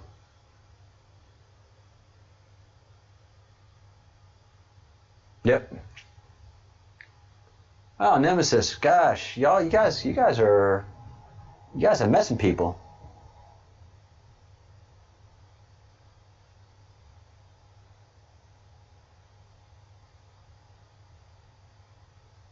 Wow, Eggman. Wow, wow, wow, wow. Wow, that's heavy. So you knew how good they were early in life. Very, very cool. Wow, bunch of rockers in here. Bunch of rockers. Well, great, guys. Very, very good. Well, thank you for a great chat tonight. It's been great. I am grateful to you guys. Oh, Tabitha saw Dave a lot too? How about that? Gene Simmons, Charlie Daniels, Spin Doctors. Oh, talk about a heartbreaking story there.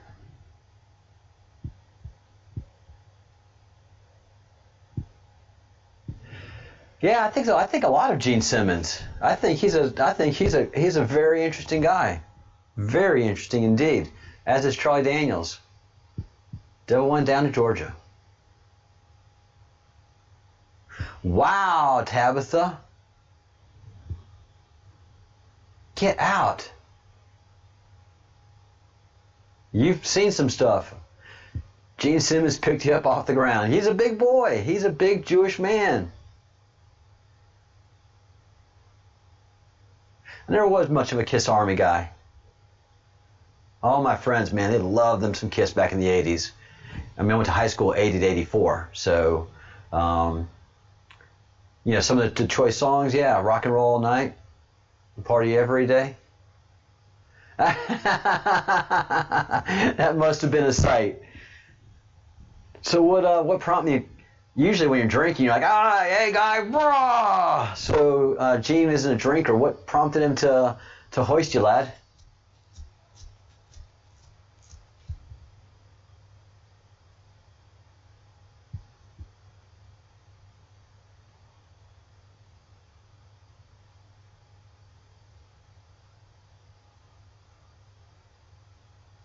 That's funny, and I'm looking forward to your work on the Sun. Can't wait to see what you get tomorrow. Really, really am interested in that data, Fitzsimmons. Really, really, really want that.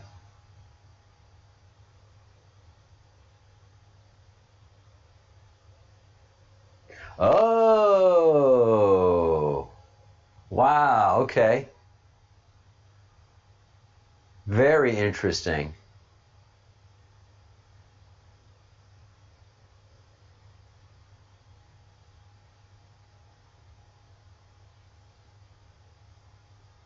I'll be dadgum. That sounds like Gene Simmons. That Fitzsimmons. That sounds like an authentic Gene Simmons story. Gene Simmons loves his fans. Loves his fans. Kiss.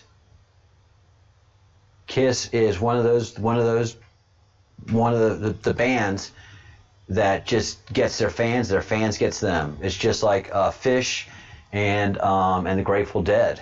There's a relationship with certain bands and their fans, and and that's why Kiss every year is doing, well, this is it. This is our final show. This is our farewell tour. And then, next year, all the fans are like, can you just do one more? And can you just and let's do a cruise. That's right. Truck stops do see the bands come through. You see the tour trucks come through, and you see the stars as they really are, stretching their legs after a long time, sick of being in that bus. Jinx.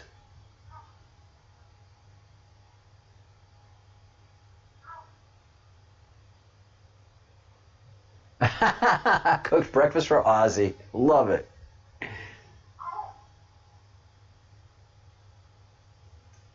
I never was a big Ozzy or Sabbath fan.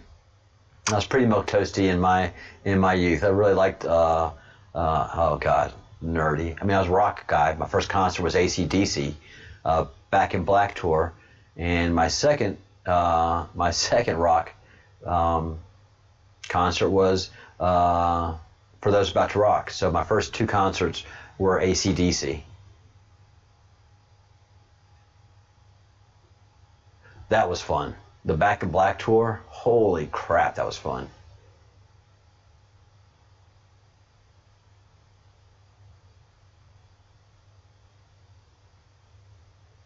Oh, Fitzsimmons, man, yeah, I hear you. I hate when that happens.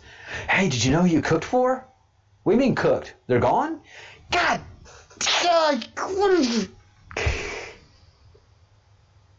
The Clash. Oh my gosh.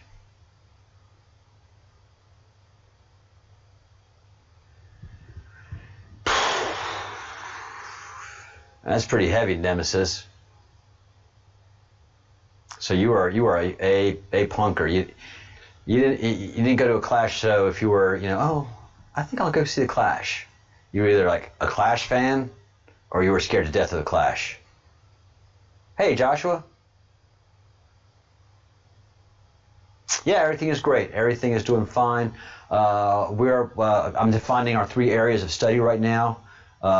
End times, of course. Continuing with Partha and an Angel tomorrow, and establishing a thread of investigation on UFOs and UFO activity, and then continuing with our 9/11 investigation.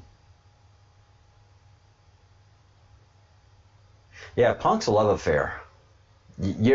You can't casually like punk. Either you love punk and get it, or you're just like, wow, oh yeah, I like that song, I like this song, but you don't get the punk vibe.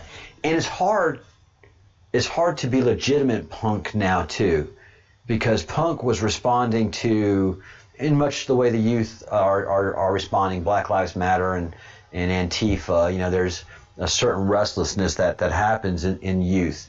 And that's what punk was. It was a definition. It was a real feeling. It was a true family thing.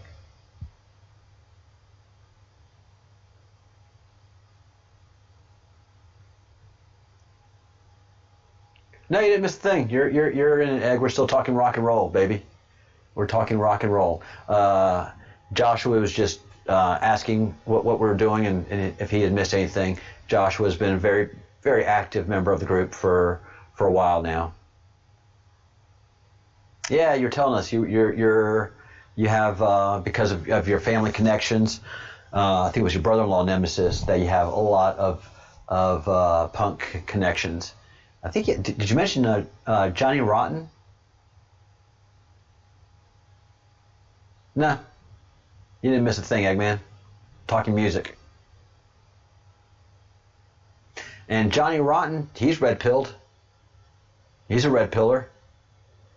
And he used to be the darling of the press, and now the press hates him since he was red-pilled.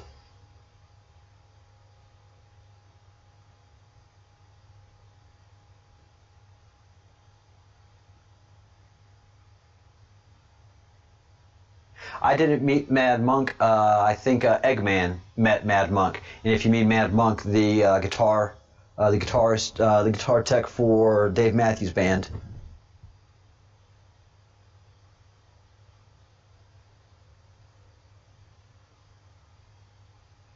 Yeah, I've got to do something about my COVID hair. I got to get my hairs did. I just don't have time, guys.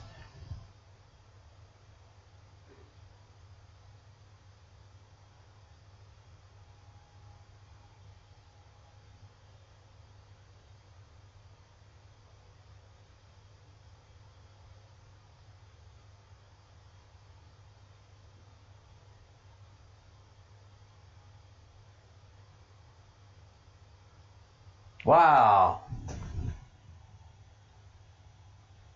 Yeah, the Sex Pistols were something.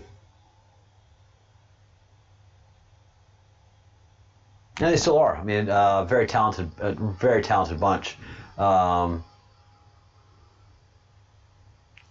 Argue me wrong, but Sid Vicious was more image than substance. I've always felt that. I've always felt that Sid was, just more image than substance.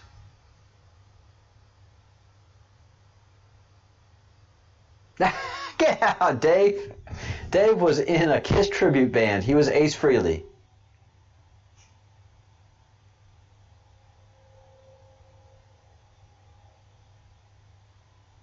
Oh wow. Quite the story, Nemesis. Space Ace. Yep. Space Ace, Ace Frehley.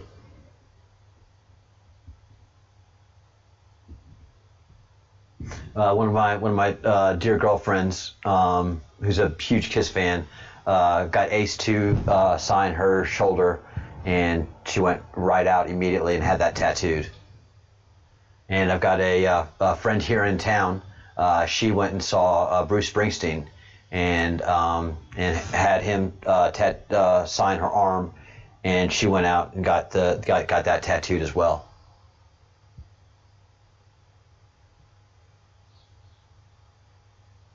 Yeah, Ace produces some good work.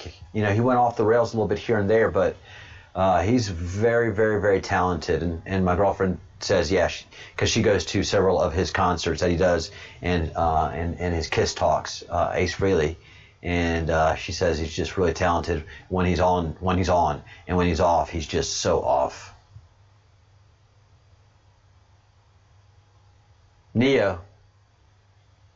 Signature and tattooed.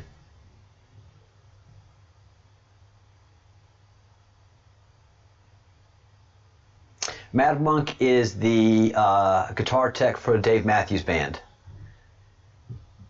and Dave Matthews has he's a great guitarist himself, and Dave Reynolds, his writing partner, they're just fantastic virtuosos, and Dave Reynolds is more of a virtuoso than Dave, so their guitar tech is just the bomb.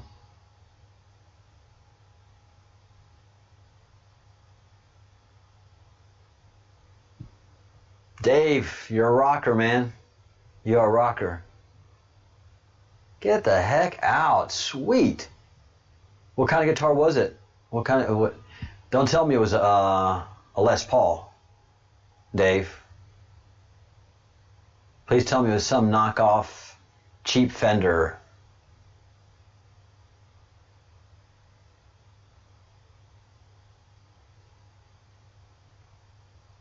Oh, very cool. I like that when a tribute band meets up with the actual band and gets the recognition. Yeah, Tim Reynolds is an amazing guitarist. Just, I love their work.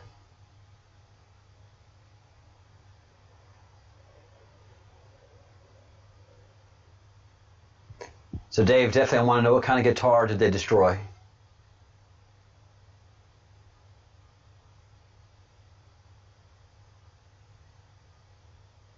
And Dave, what kind of guitar do you play? What is your favorite guitar? Electric guitar.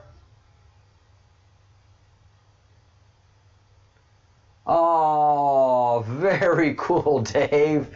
Oh, man. It just makes you feel good. Kiss is a good band. They're good people, man. They're dads. Love it. Very, very good. I mean, that's, again, that Kiss is a band that gets their fans.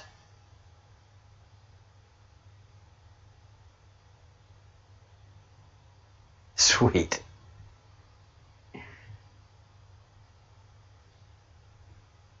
All right, any questions, guys? Any thoughts? And Dave, I'm still dying to know what kind of guitar was destroyed and what kind of guitar you play.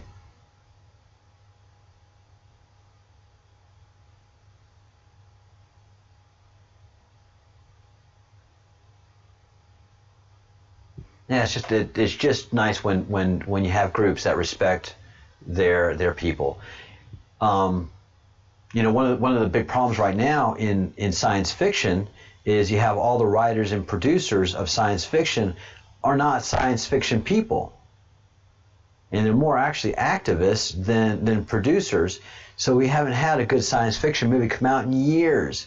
Doctor Who has just been absolutely wrecked and destroyed by people that are not Whovians, you know? So you have science fiction that doesn't respect their fans. Back when you had Firefly and,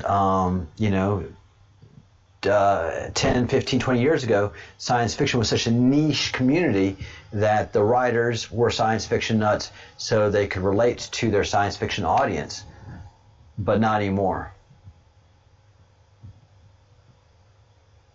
Yeah, is it science fiction or is it science fact? Is it science fiction or is it science prelude? Is it science fiction or is it science prophecy?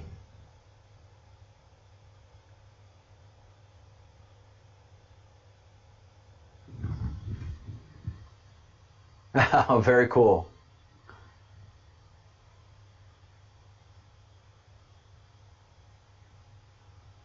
You know, and they didn't have to run it. Doctor Who could be female and be just fine. You know, the Who fan base, they're fine with that. That's nothing that's going to offend them. It's like nothing that's going to shock them. But the writing that is coming, that's juxtaposed against the new female Doctor Who, that's what I have a problem with. The shows are they're just unwatchable. They are truly intellectually numbing and unwatchable.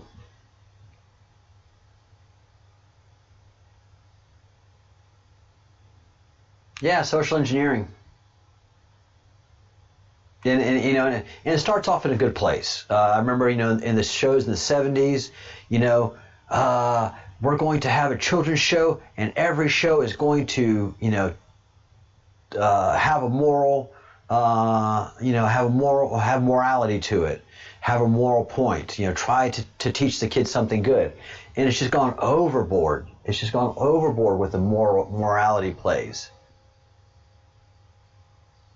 Yeah, anything that you try to take original and then social engineer it and then redistribute it is just going to be disastrous, because you're not talking to your fans. You're preaching to a fan base that's looking for a movie.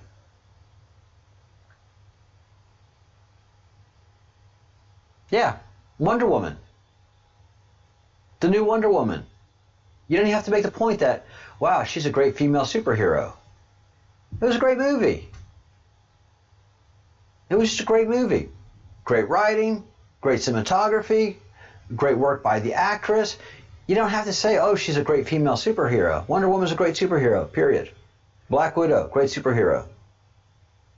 Vision, Iron Man, a flawed but great superhero.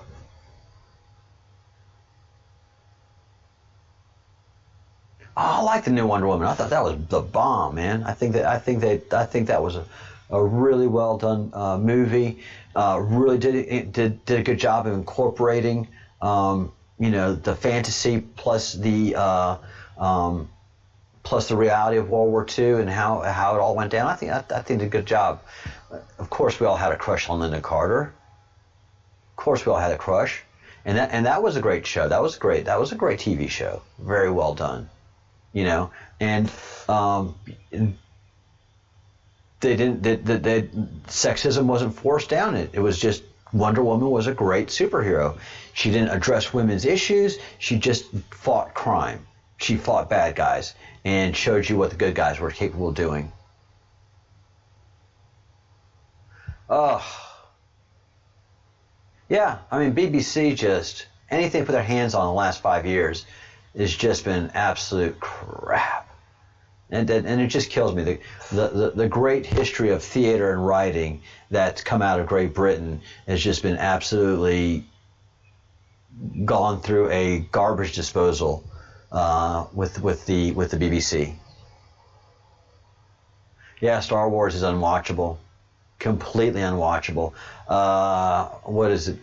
Phantom Menace, the new one that came out 4 or 5 years ago. I went to go watch it at the theater. I had to walk out 15, 20 minutes into it. No, I gave it 30 minutes. It was just unwatchable.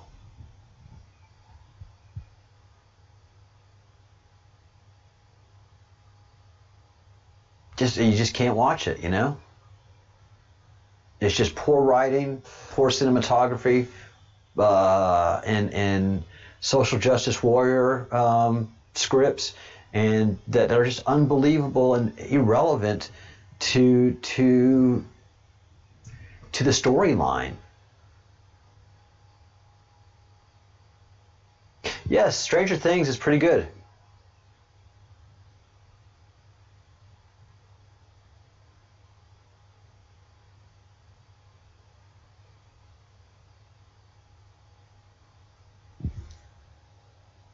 Yeah, I mean they've ruined it so much. I didn't get a chance to see Anakin. Just so kick.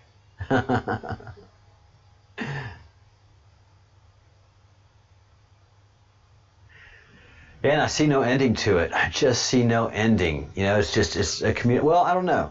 I think Disney is in so much trouble financially that they are having to rework Star Wars and try to make it a financial success instead of a social justice warrior vehicle.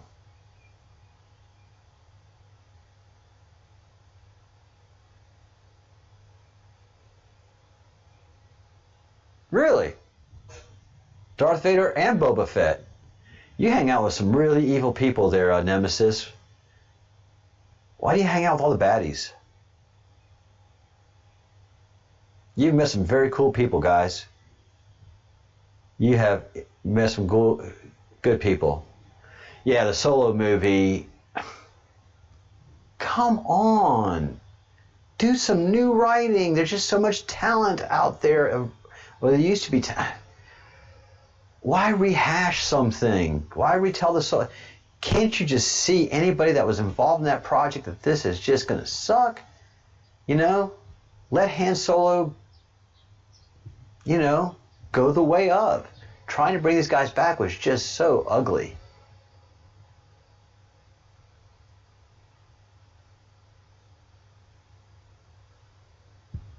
Oh, wow, Nemesis. Now we know why you're Nemesis. Gotcha. So do you do all the wall, wall, wall, wall, wall, wall, wall?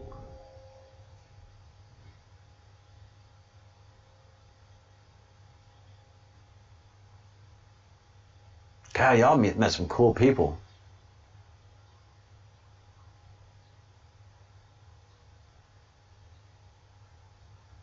Yeah, Fitzsimmons, that's exactly what a lot of people said. The acting was horrible. The script was horrible. The cinematography was so-so. I mean, if you got billions of dollars, you should be able to hire an excellent writing team and, you know, and do what you can do. What I understand is Taika Waititi, the guy that did the last Thor movie, which was brilliant, is going to be working with the Star Wars franchise, along with the director of the Iron Man movies, whose name I forget right now, but who's also brilliant and gets it.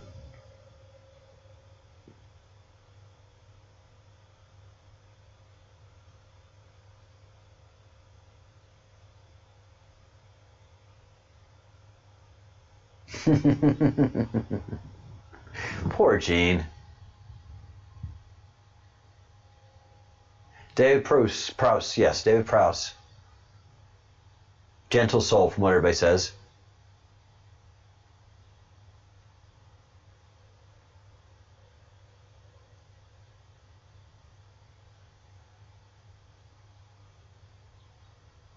Yeah, I just see Gene as a nice, gentle Jew.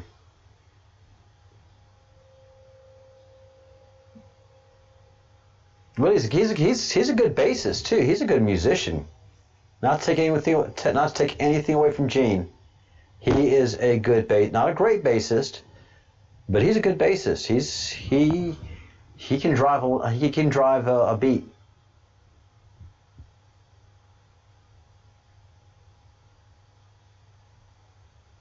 Yeah, he's done his persona. He's done exactly what he wanted to do with his devil persona up on stage. No, he's brilliant. Gene Simmons is smart as all get out. He is a brilliant man. And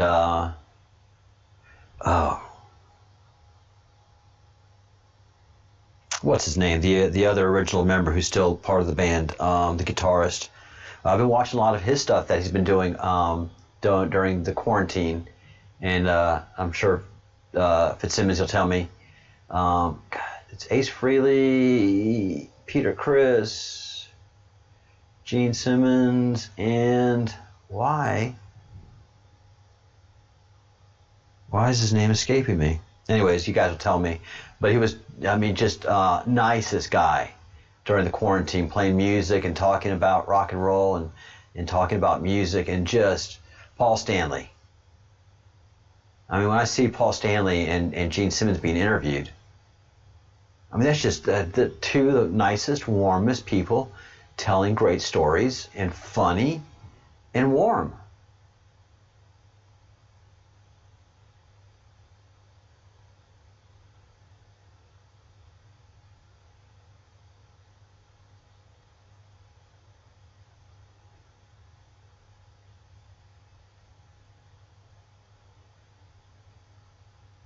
Damn, you are a big boy, Fitz.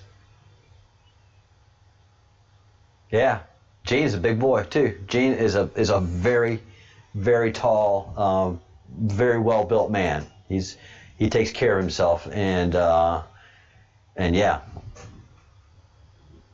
he is something. All right, guys, 8:30. Gonna wind things down here. Thank you for a wonderful chat. Does anybody have any questions?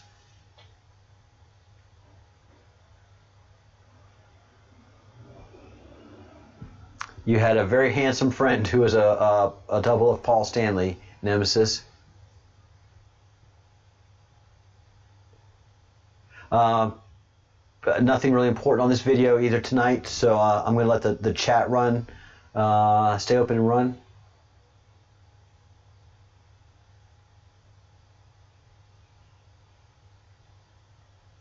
He's got that tongue.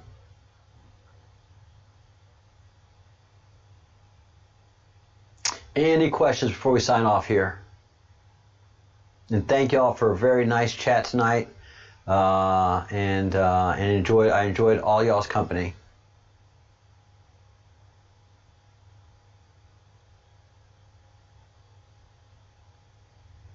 And yeah, it's all about this right now, which is the objects flying into and coming out of the sun, which is our airport, which are our spaceport. Things are flying into and coming out of the sun, guys, which is absolutely intense to know and study. So that's what we'll be doing every day. In the mornings, 9/11. Then in the evenings, we'll start out talking about UFO activity, update you on any new activities, and then go into Partha and Angel smoothly, because these are things that we all agree on and work well.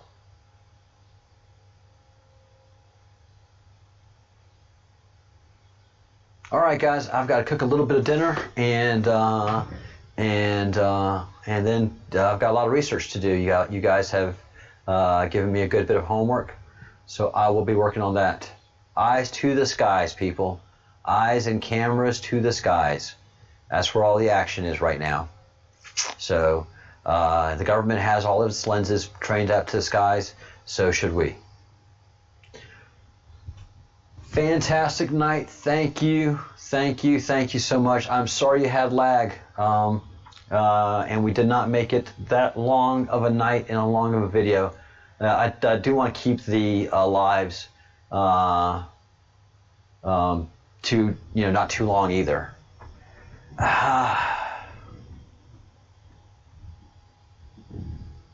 So yes. Oh, my hair's a mess. All right, guys. Good night, and thank you again so much for the wonderful and very kind chat. It just makes it so worthy and wonderful. Let's see.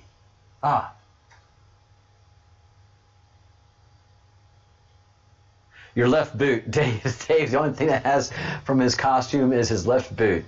That I don't know what to say about that. There's symbology in there somewhere, Dave. There's some kind of symbology in there somewhere. All right. Again, thank you all so very much for a wonderful, wonderful evening. And I will see most of you in the morning. And then I'll probably see all of you in the evening as I get ready to wind this up. Let me put on my headphones to make sure we're doing stuff. Yay! It's working. Good night, all. Thank you so much. Think good thoughts, do good deeds, and say good things. Be forgiving.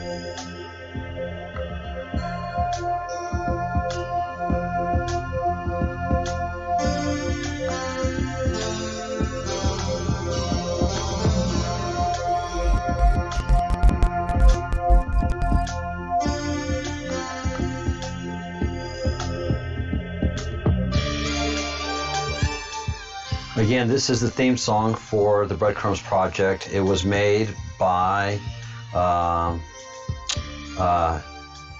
wonderful subscriber, LE Tracks. Be sure to stop by his page and say thank you again.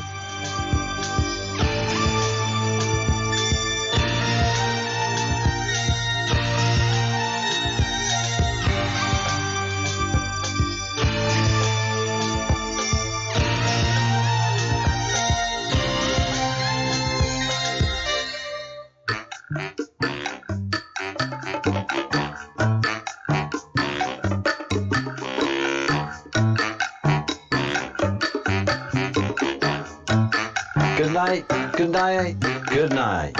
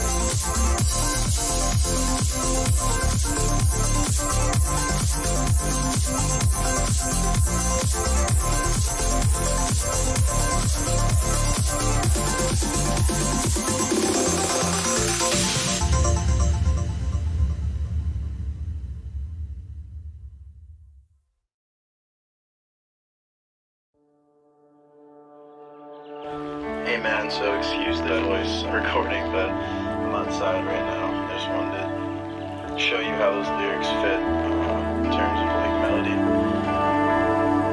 Nobody believed in me. I always had myself. Whatever you see in me, I never had much help. But you came along and you proved me wrong. Somebody is on my side. I fell in love at a crazy time, but I'm thankful you're in my life. I'll never forget your words the night of our one last dance. Better know your worth when you're gone, it'll hurt, but baby, you have this chance, and you gotta take it if you're gonna make it. What are you waiting for? Just go on, baby, I'll be fine. Your dreams are on the line, and I have believed in you for so long.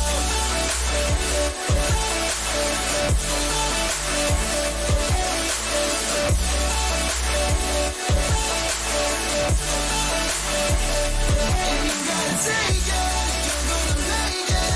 What are you waiting for? Just go on. Nothing is changing, and you're gonna change it. I have believed in you for so long.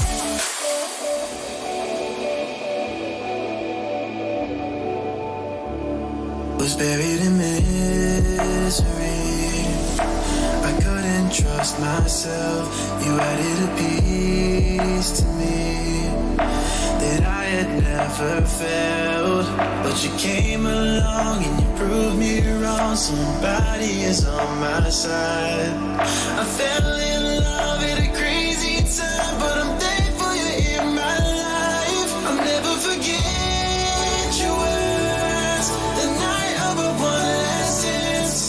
Better know your worth when you're gone, it'll hurt, but baby, you have this chance, and you gotta take it if you're gonna make it.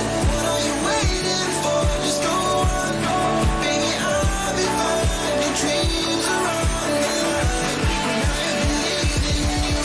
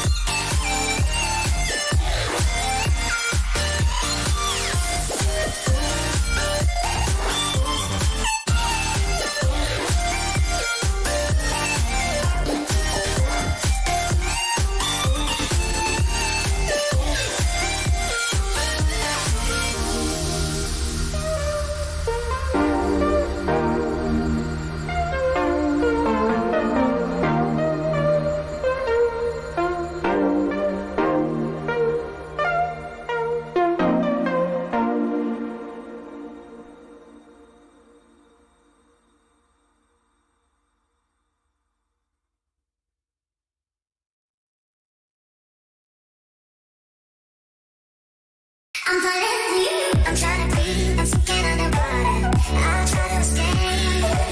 I think I'm drowning, this feeling gets stronger and I'm not quite ready to break. I'm trying to breathe, I'm sinking underwater. I'll try to escape. I think I'm drowning, this feeling gets stronger and I'm not quite ready to break.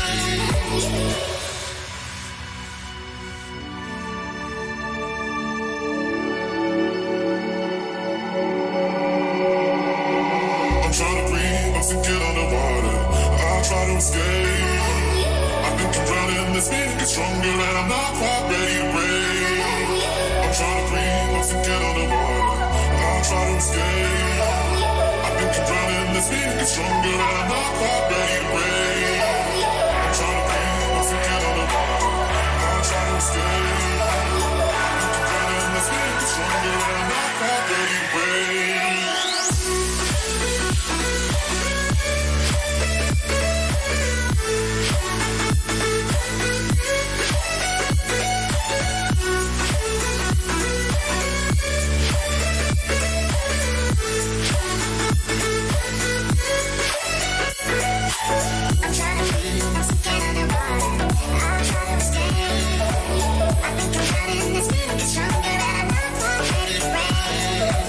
I'm trying to breathe, once again underwater,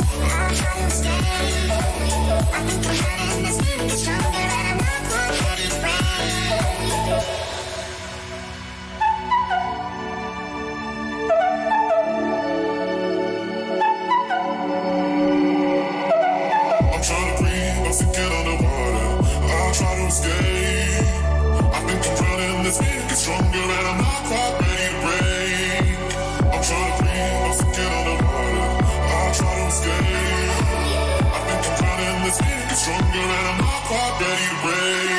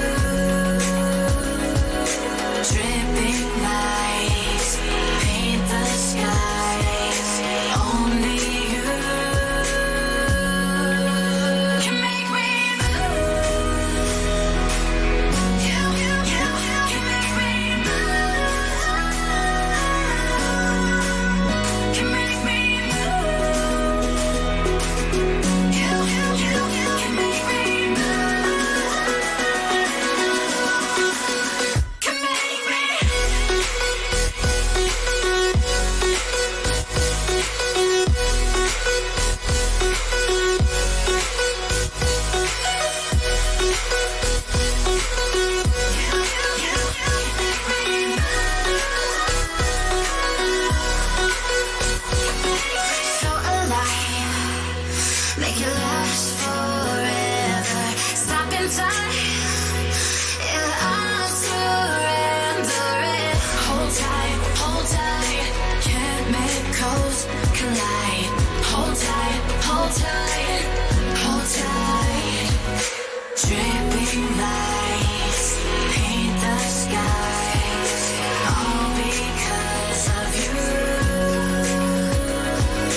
Dripping lights paint the skies, only you can make me move. You can make me move. Can make me move. Can make me move. You can make me move. Can make me.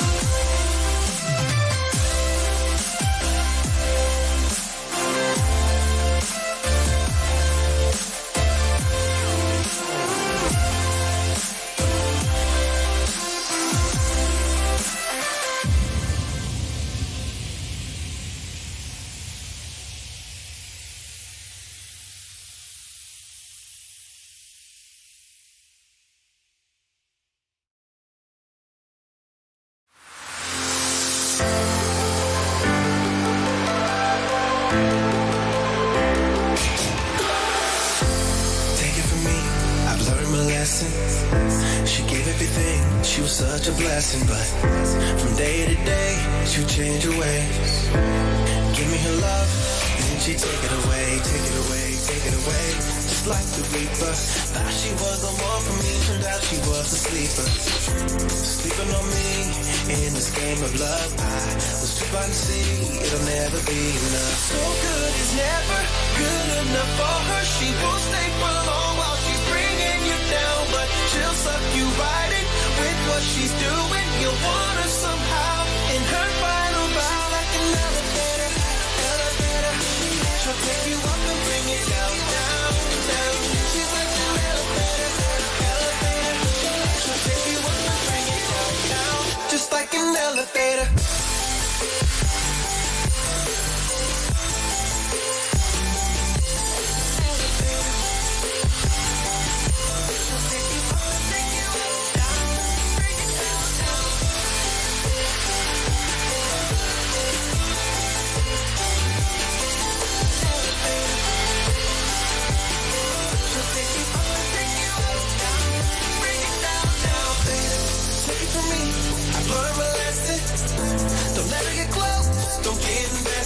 No, she's not like you and I.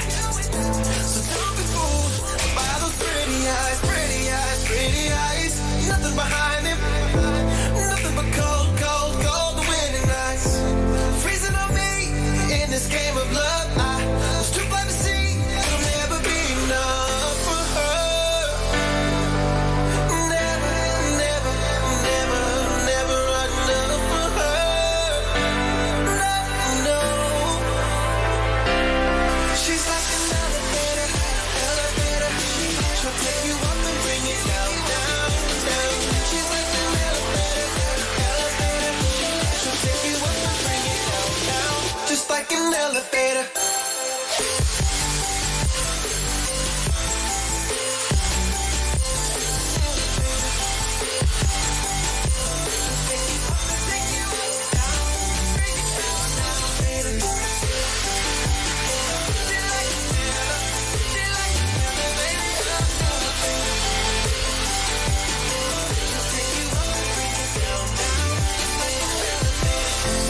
Take it from me, I've learned my lesson. She gave everything, she was such a blessing, but from day to day, she'll change her ways. Give me her love, then she take it away.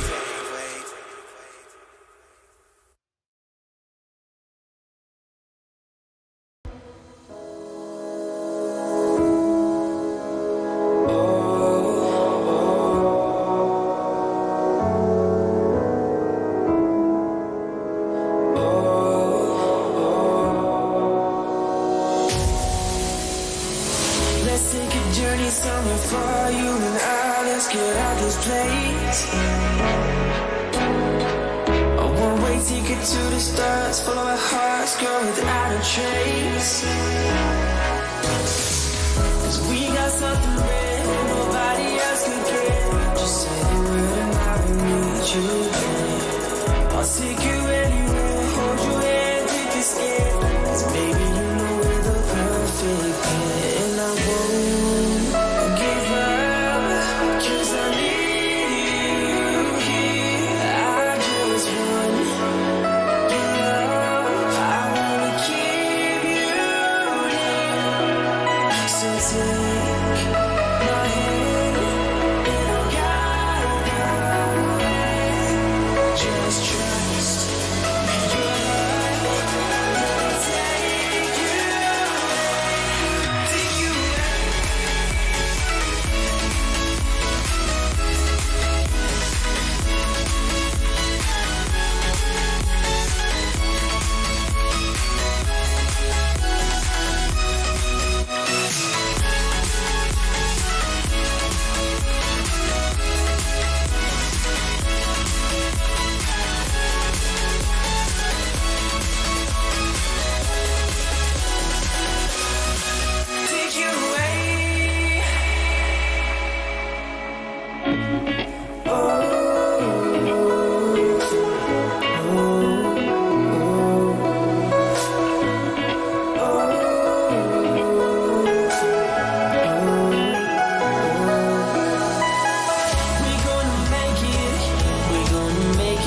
just one. Oh, I'll never break it. I'll never break this love we share. No, and I won't give up, 'cause I need you here. I just want your love. I wanna keep you near. So take my hand and guide the way. Just trust your heart. Let it take you away. Take you away.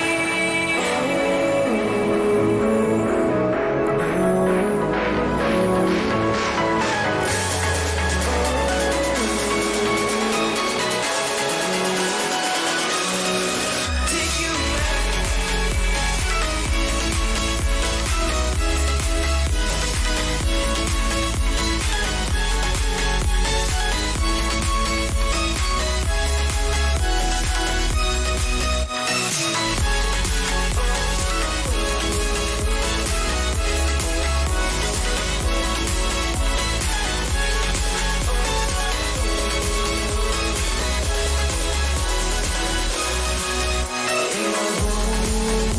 Give up, 'cause I need you here. I just want your love. I wanna keep you near. So take my hand and I'll guide the way. Just trust your heart. Let it take you away. Take you away.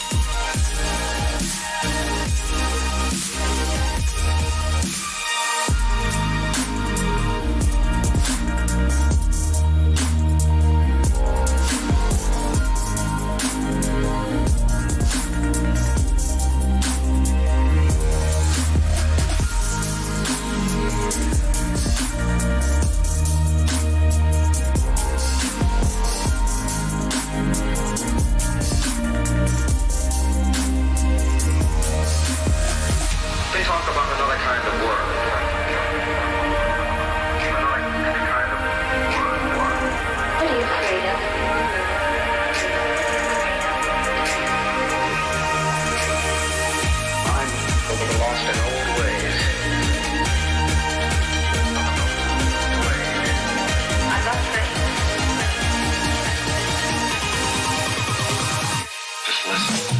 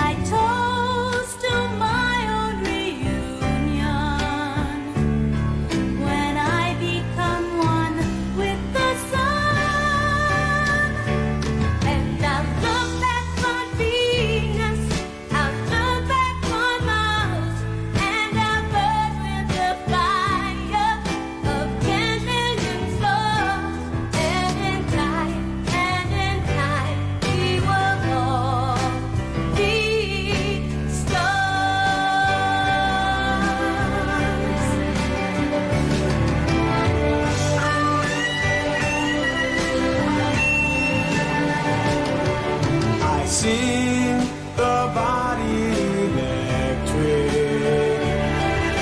I glory in the glow of rebirth, creating my own tomorrow, when I shall embody the earth. And I'll serenade Venus, I'll serenade Mars, and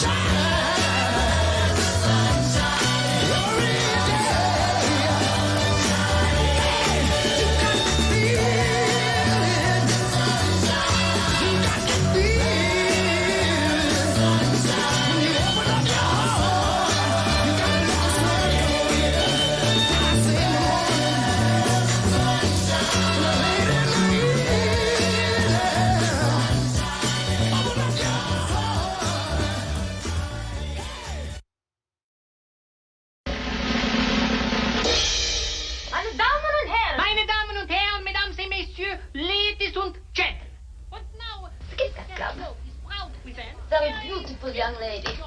She's so beautiful. Oh, come on, come on. Charming. I have only yesterday said, I want you for my wife. And she said, your wife? What would she want with me? She wants with me. I give you that international sensation, Fräulein Sally Bowles.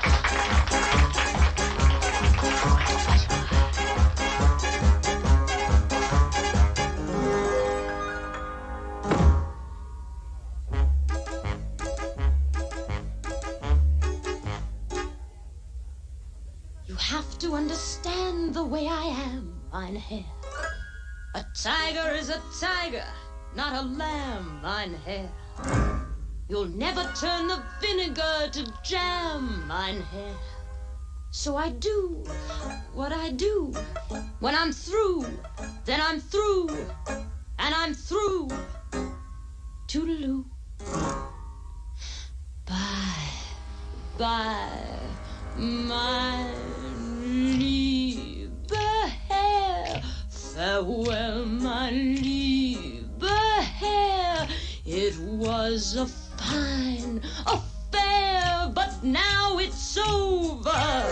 And though I used to care, I need the open air. You're better off without me, mein Herr.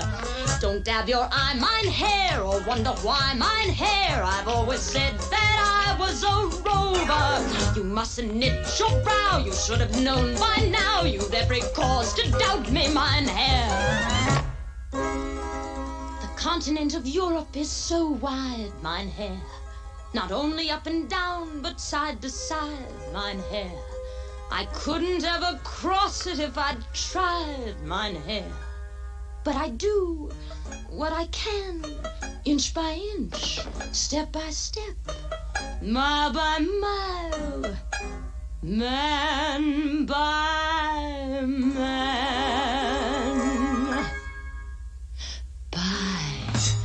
Bye, mein liebe Herr. Farewell, my liebe Herr.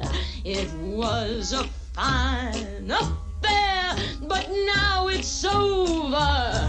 And though I used to care, I need the open air. You're better off without me, mein Herr. Don't dab your eye, mein Herr, or wonder why, mein Herr. I've always said that I was a rover. You mustn't knit your brow. You should have known by now. You'd every cause to doubt me, mein Herr. Bye bye, mein lieber Herr. Auf Wiedersehen, mein Herr. Es war sehr gut, mein Herr, und vorbei. Du kennst mich wohl, mein Herr. Ach, lebe wohl, mein Herr. Du sollst mich nie mehr sehen, mein Herr. Bye bye, mein lieber Herr. Mich wohl, mein Herr. And bye bye, bye bye, mein lieber Herr. Farewell, mein lieber Herr. It was a fine affair, but now it's over. And though I used to care, I need the open air. You're better off without me. You're better without me.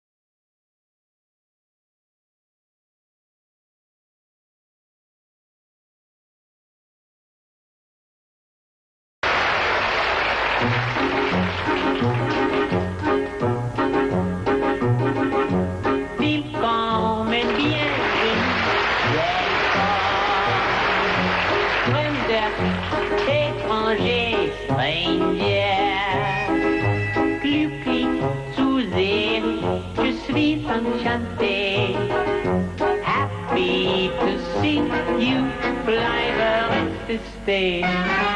Willkommen, bienvenue, welcome. Im cabaret, au cabaret, du cabaret. money. Money. Money makes the world go round, the world go round, the world go round. Money makes the world go round, it makes the world go round. Macarena, one for a pound, the Macarena, one for a pound is all that makes the world go round. The clinking, clanking sound can make the world go round. Money, money, money, money, money, money, money, money, money, money, money, money. When you haven't any cold and it's cold and you freeze in the winter and you curse to the victims and you hate. When you haven't any shoes and you can't stand the shoes and you caper and you put 30 pounds on your weight. When you're gonna get a word of advice against the bird and advice and he will tell you to love him more. And another comes a rap and a tap a and a tap and a winter see how love flies out the door. Money makes the world go round, the world go round, the world go round. Money makes the world go round, the clinking, clanking sound. Money, money, money, money, money, money, money, money, get a little money, money, money. Macarena, one for a pound, the clinking, clanking, clanking sound is all that makes the world go round, it makes the world go round.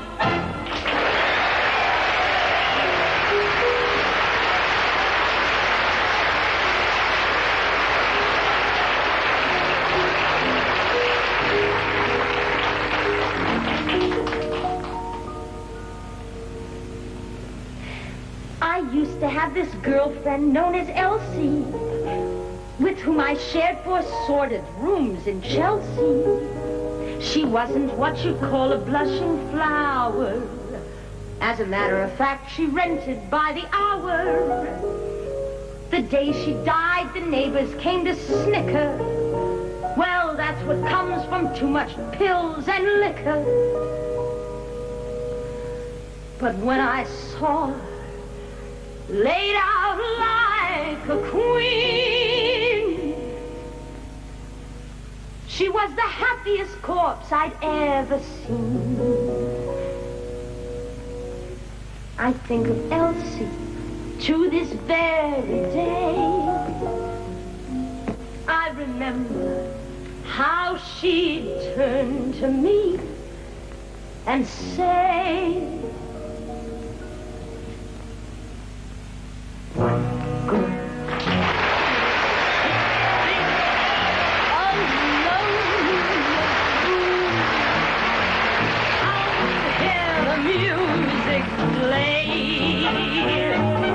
life is a cabaret show. Come to the cabaret. And as for me, I made my mind up back in Chelsea. When I go,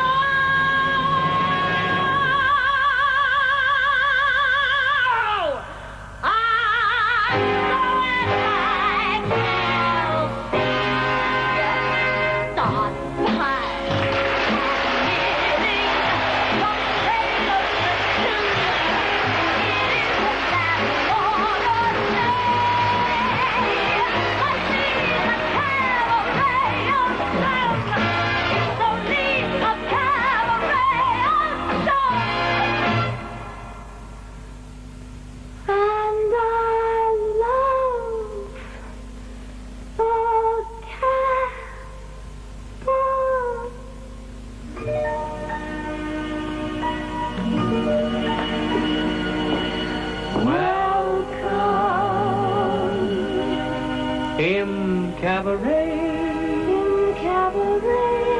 oh cabaret, oh cabaret, to cabaret.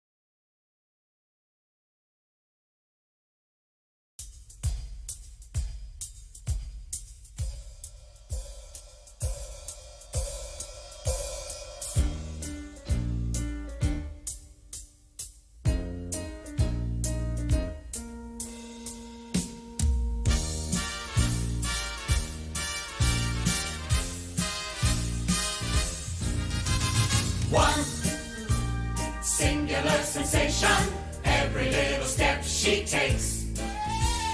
One thrilling combination, every move that she makes. One smile and suddenly nobody else will do. You know you'll never be lonely with you. No.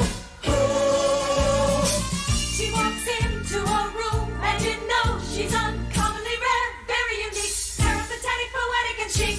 She walks into a room and you know from her maddening poise, effortless world. She's a special girl.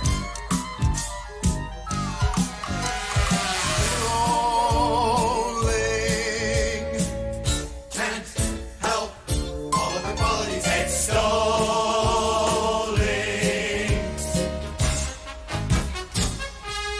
Loaded with charisma is my donnelly, sauntering, Evelyn Chapeler.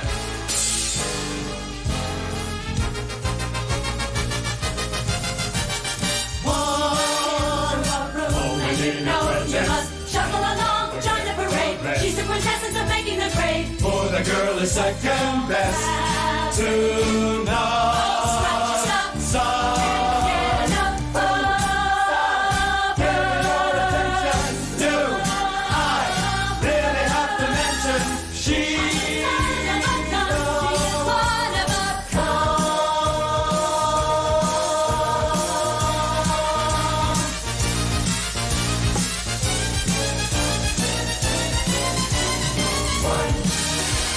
Singular sensation, every little step she takes. One thrilling combination, every move that she makes. One smile and suddenly nobody else will do. You know you'll never be lonely with you. No.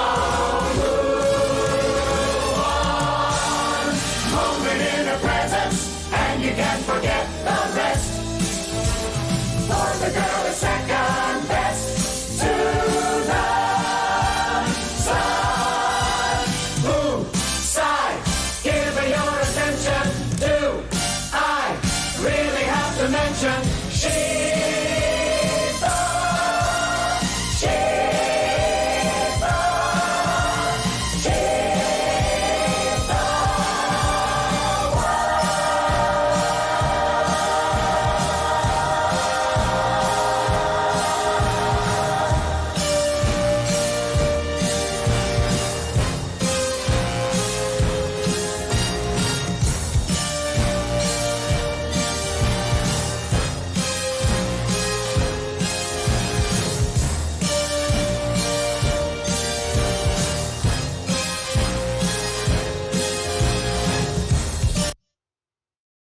beats, all right? 1, 2, 3, 4. 1, 2.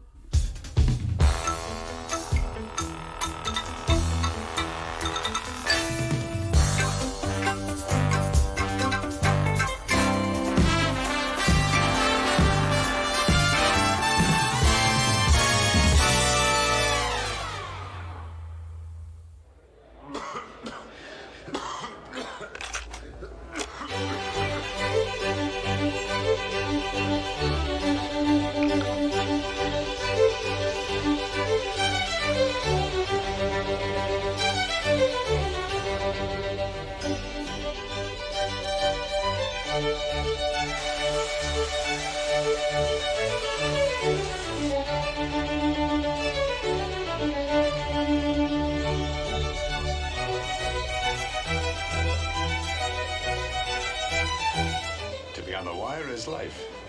The rest is waiting. That's very theatrical, Joe. Yeah, I know. Did you make it up? I wish I had. You like it? Well, it's all right. It's showtime, folks.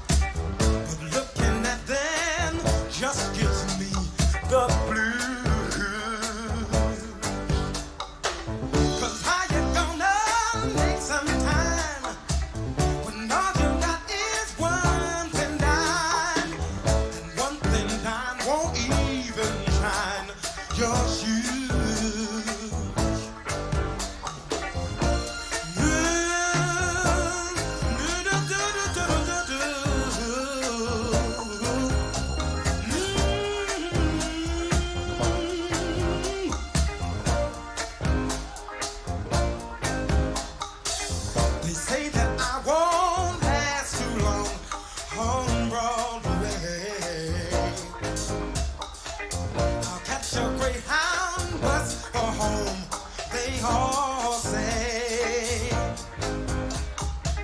well, they're dead wrong. I know they are, 'cause I can play this here guitar, and I won't quit till I'm a star on Broadway.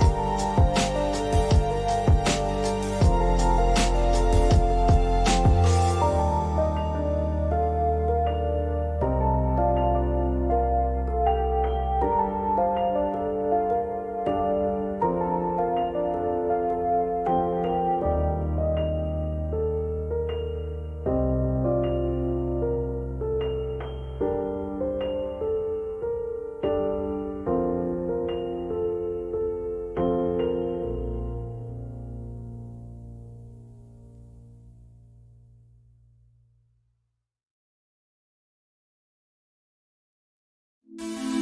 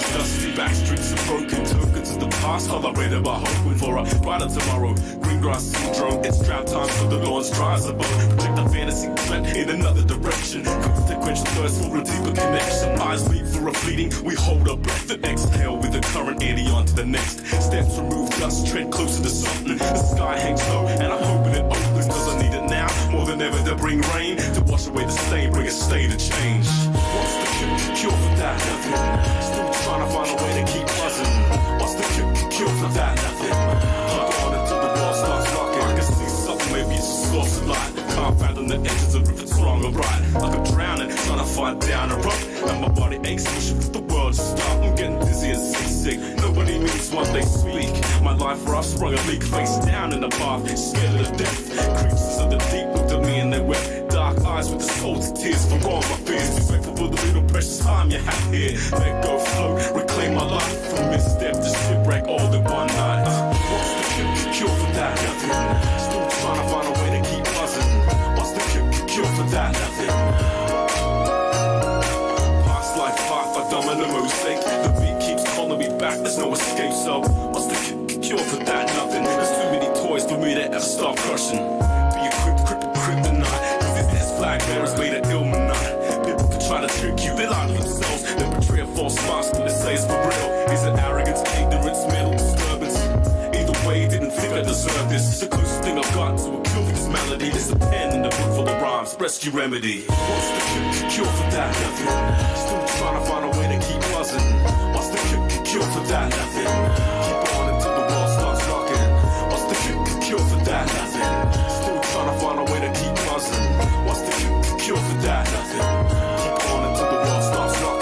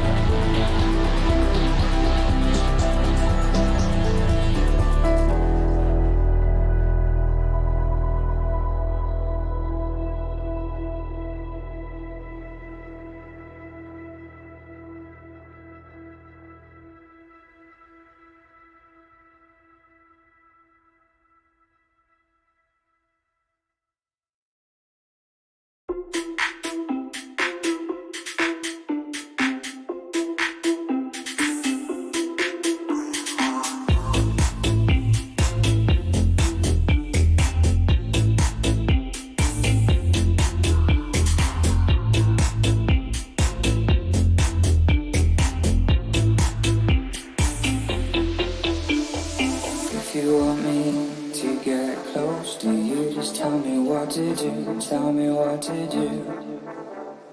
If you want me to take over, just give me the green light, just give me the green light. If you want me to get close to you, just tell me what to do, tell me what to do. If you want me to take over, just give me the green light, just give me a sign, just give me the green light. If you want me to get close to you, just tell me what to do, tell me what to do. If you want me to take over, just give me the green light, just give me a sign. If you want me to get close to you, just tell me what to do, tell me what to do. If you want me to take over, just give me the green light, just give me the green light.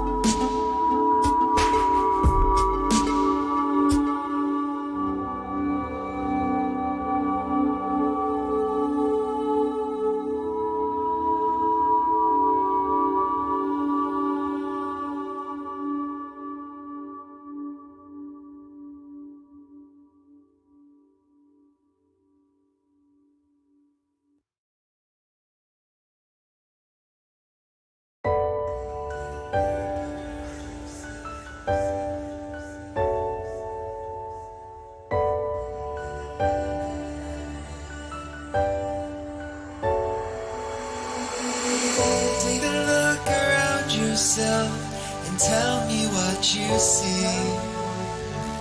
It's too late to take it back now, you're in too deep. Take a look at everyone, the ones you took advantage of, who's brought you back to stand above. Are you proud of everything you've done?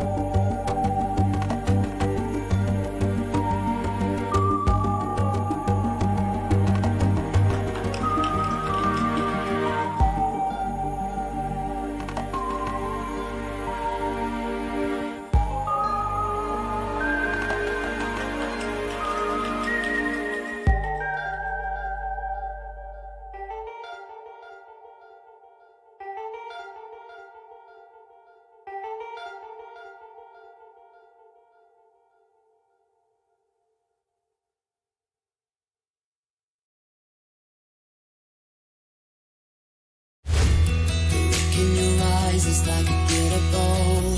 The feel of your skin is like a liquid gold. Don't you know that you're a miracle? And I will love you, come rain or shine, through hurricanes or fields of fire. I will be with you till the end of time, until the end of time.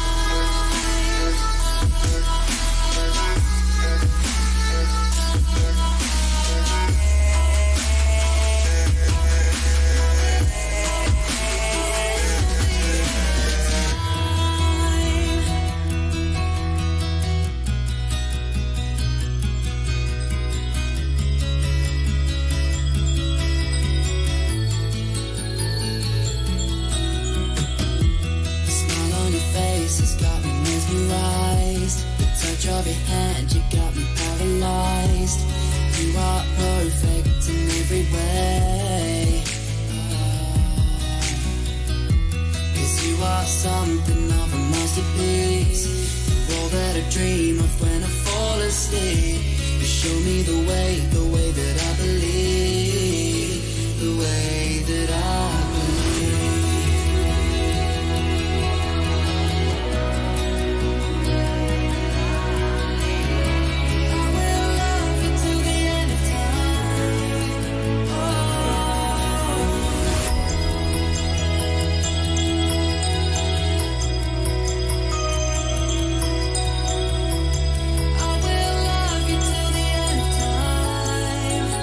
Till the end of time.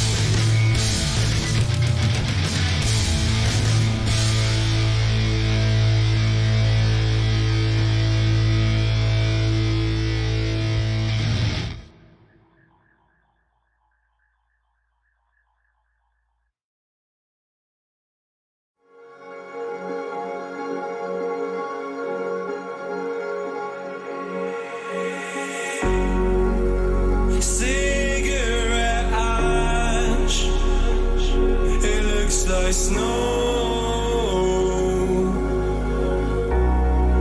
When it falls in the wind, you know. And you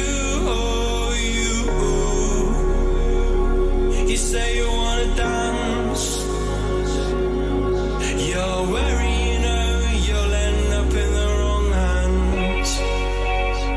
And you're having fun. Why don't you show your friends? And you're having fun. What if it never ends?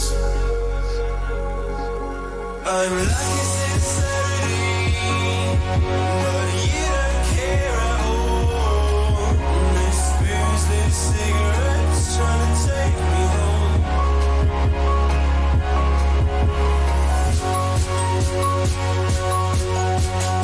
Falling in love just a million times, breaking it off with the feeling on ice still. She's as cold as December.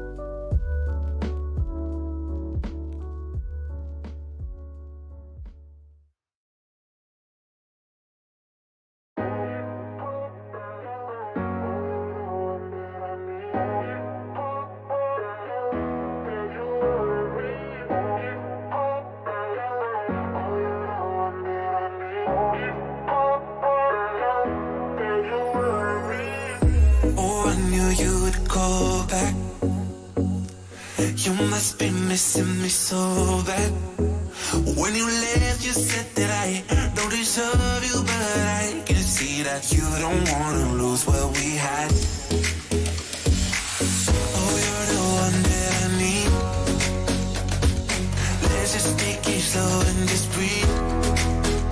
Loving someone is not easy, you know, but it makes us feel alive, so we go with the flow.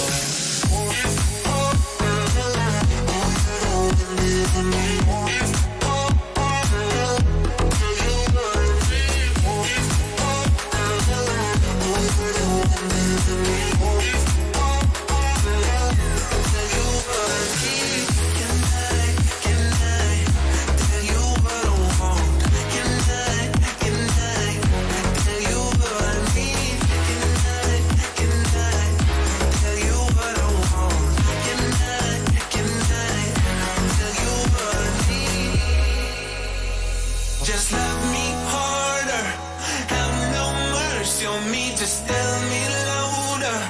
If you're loving me, just love me harder, have no mercy on me, tell me louder. If you're loving me, can I tell you what I want? Can I tell you what I need? Can I tell you what I want? Can I tell you what I need?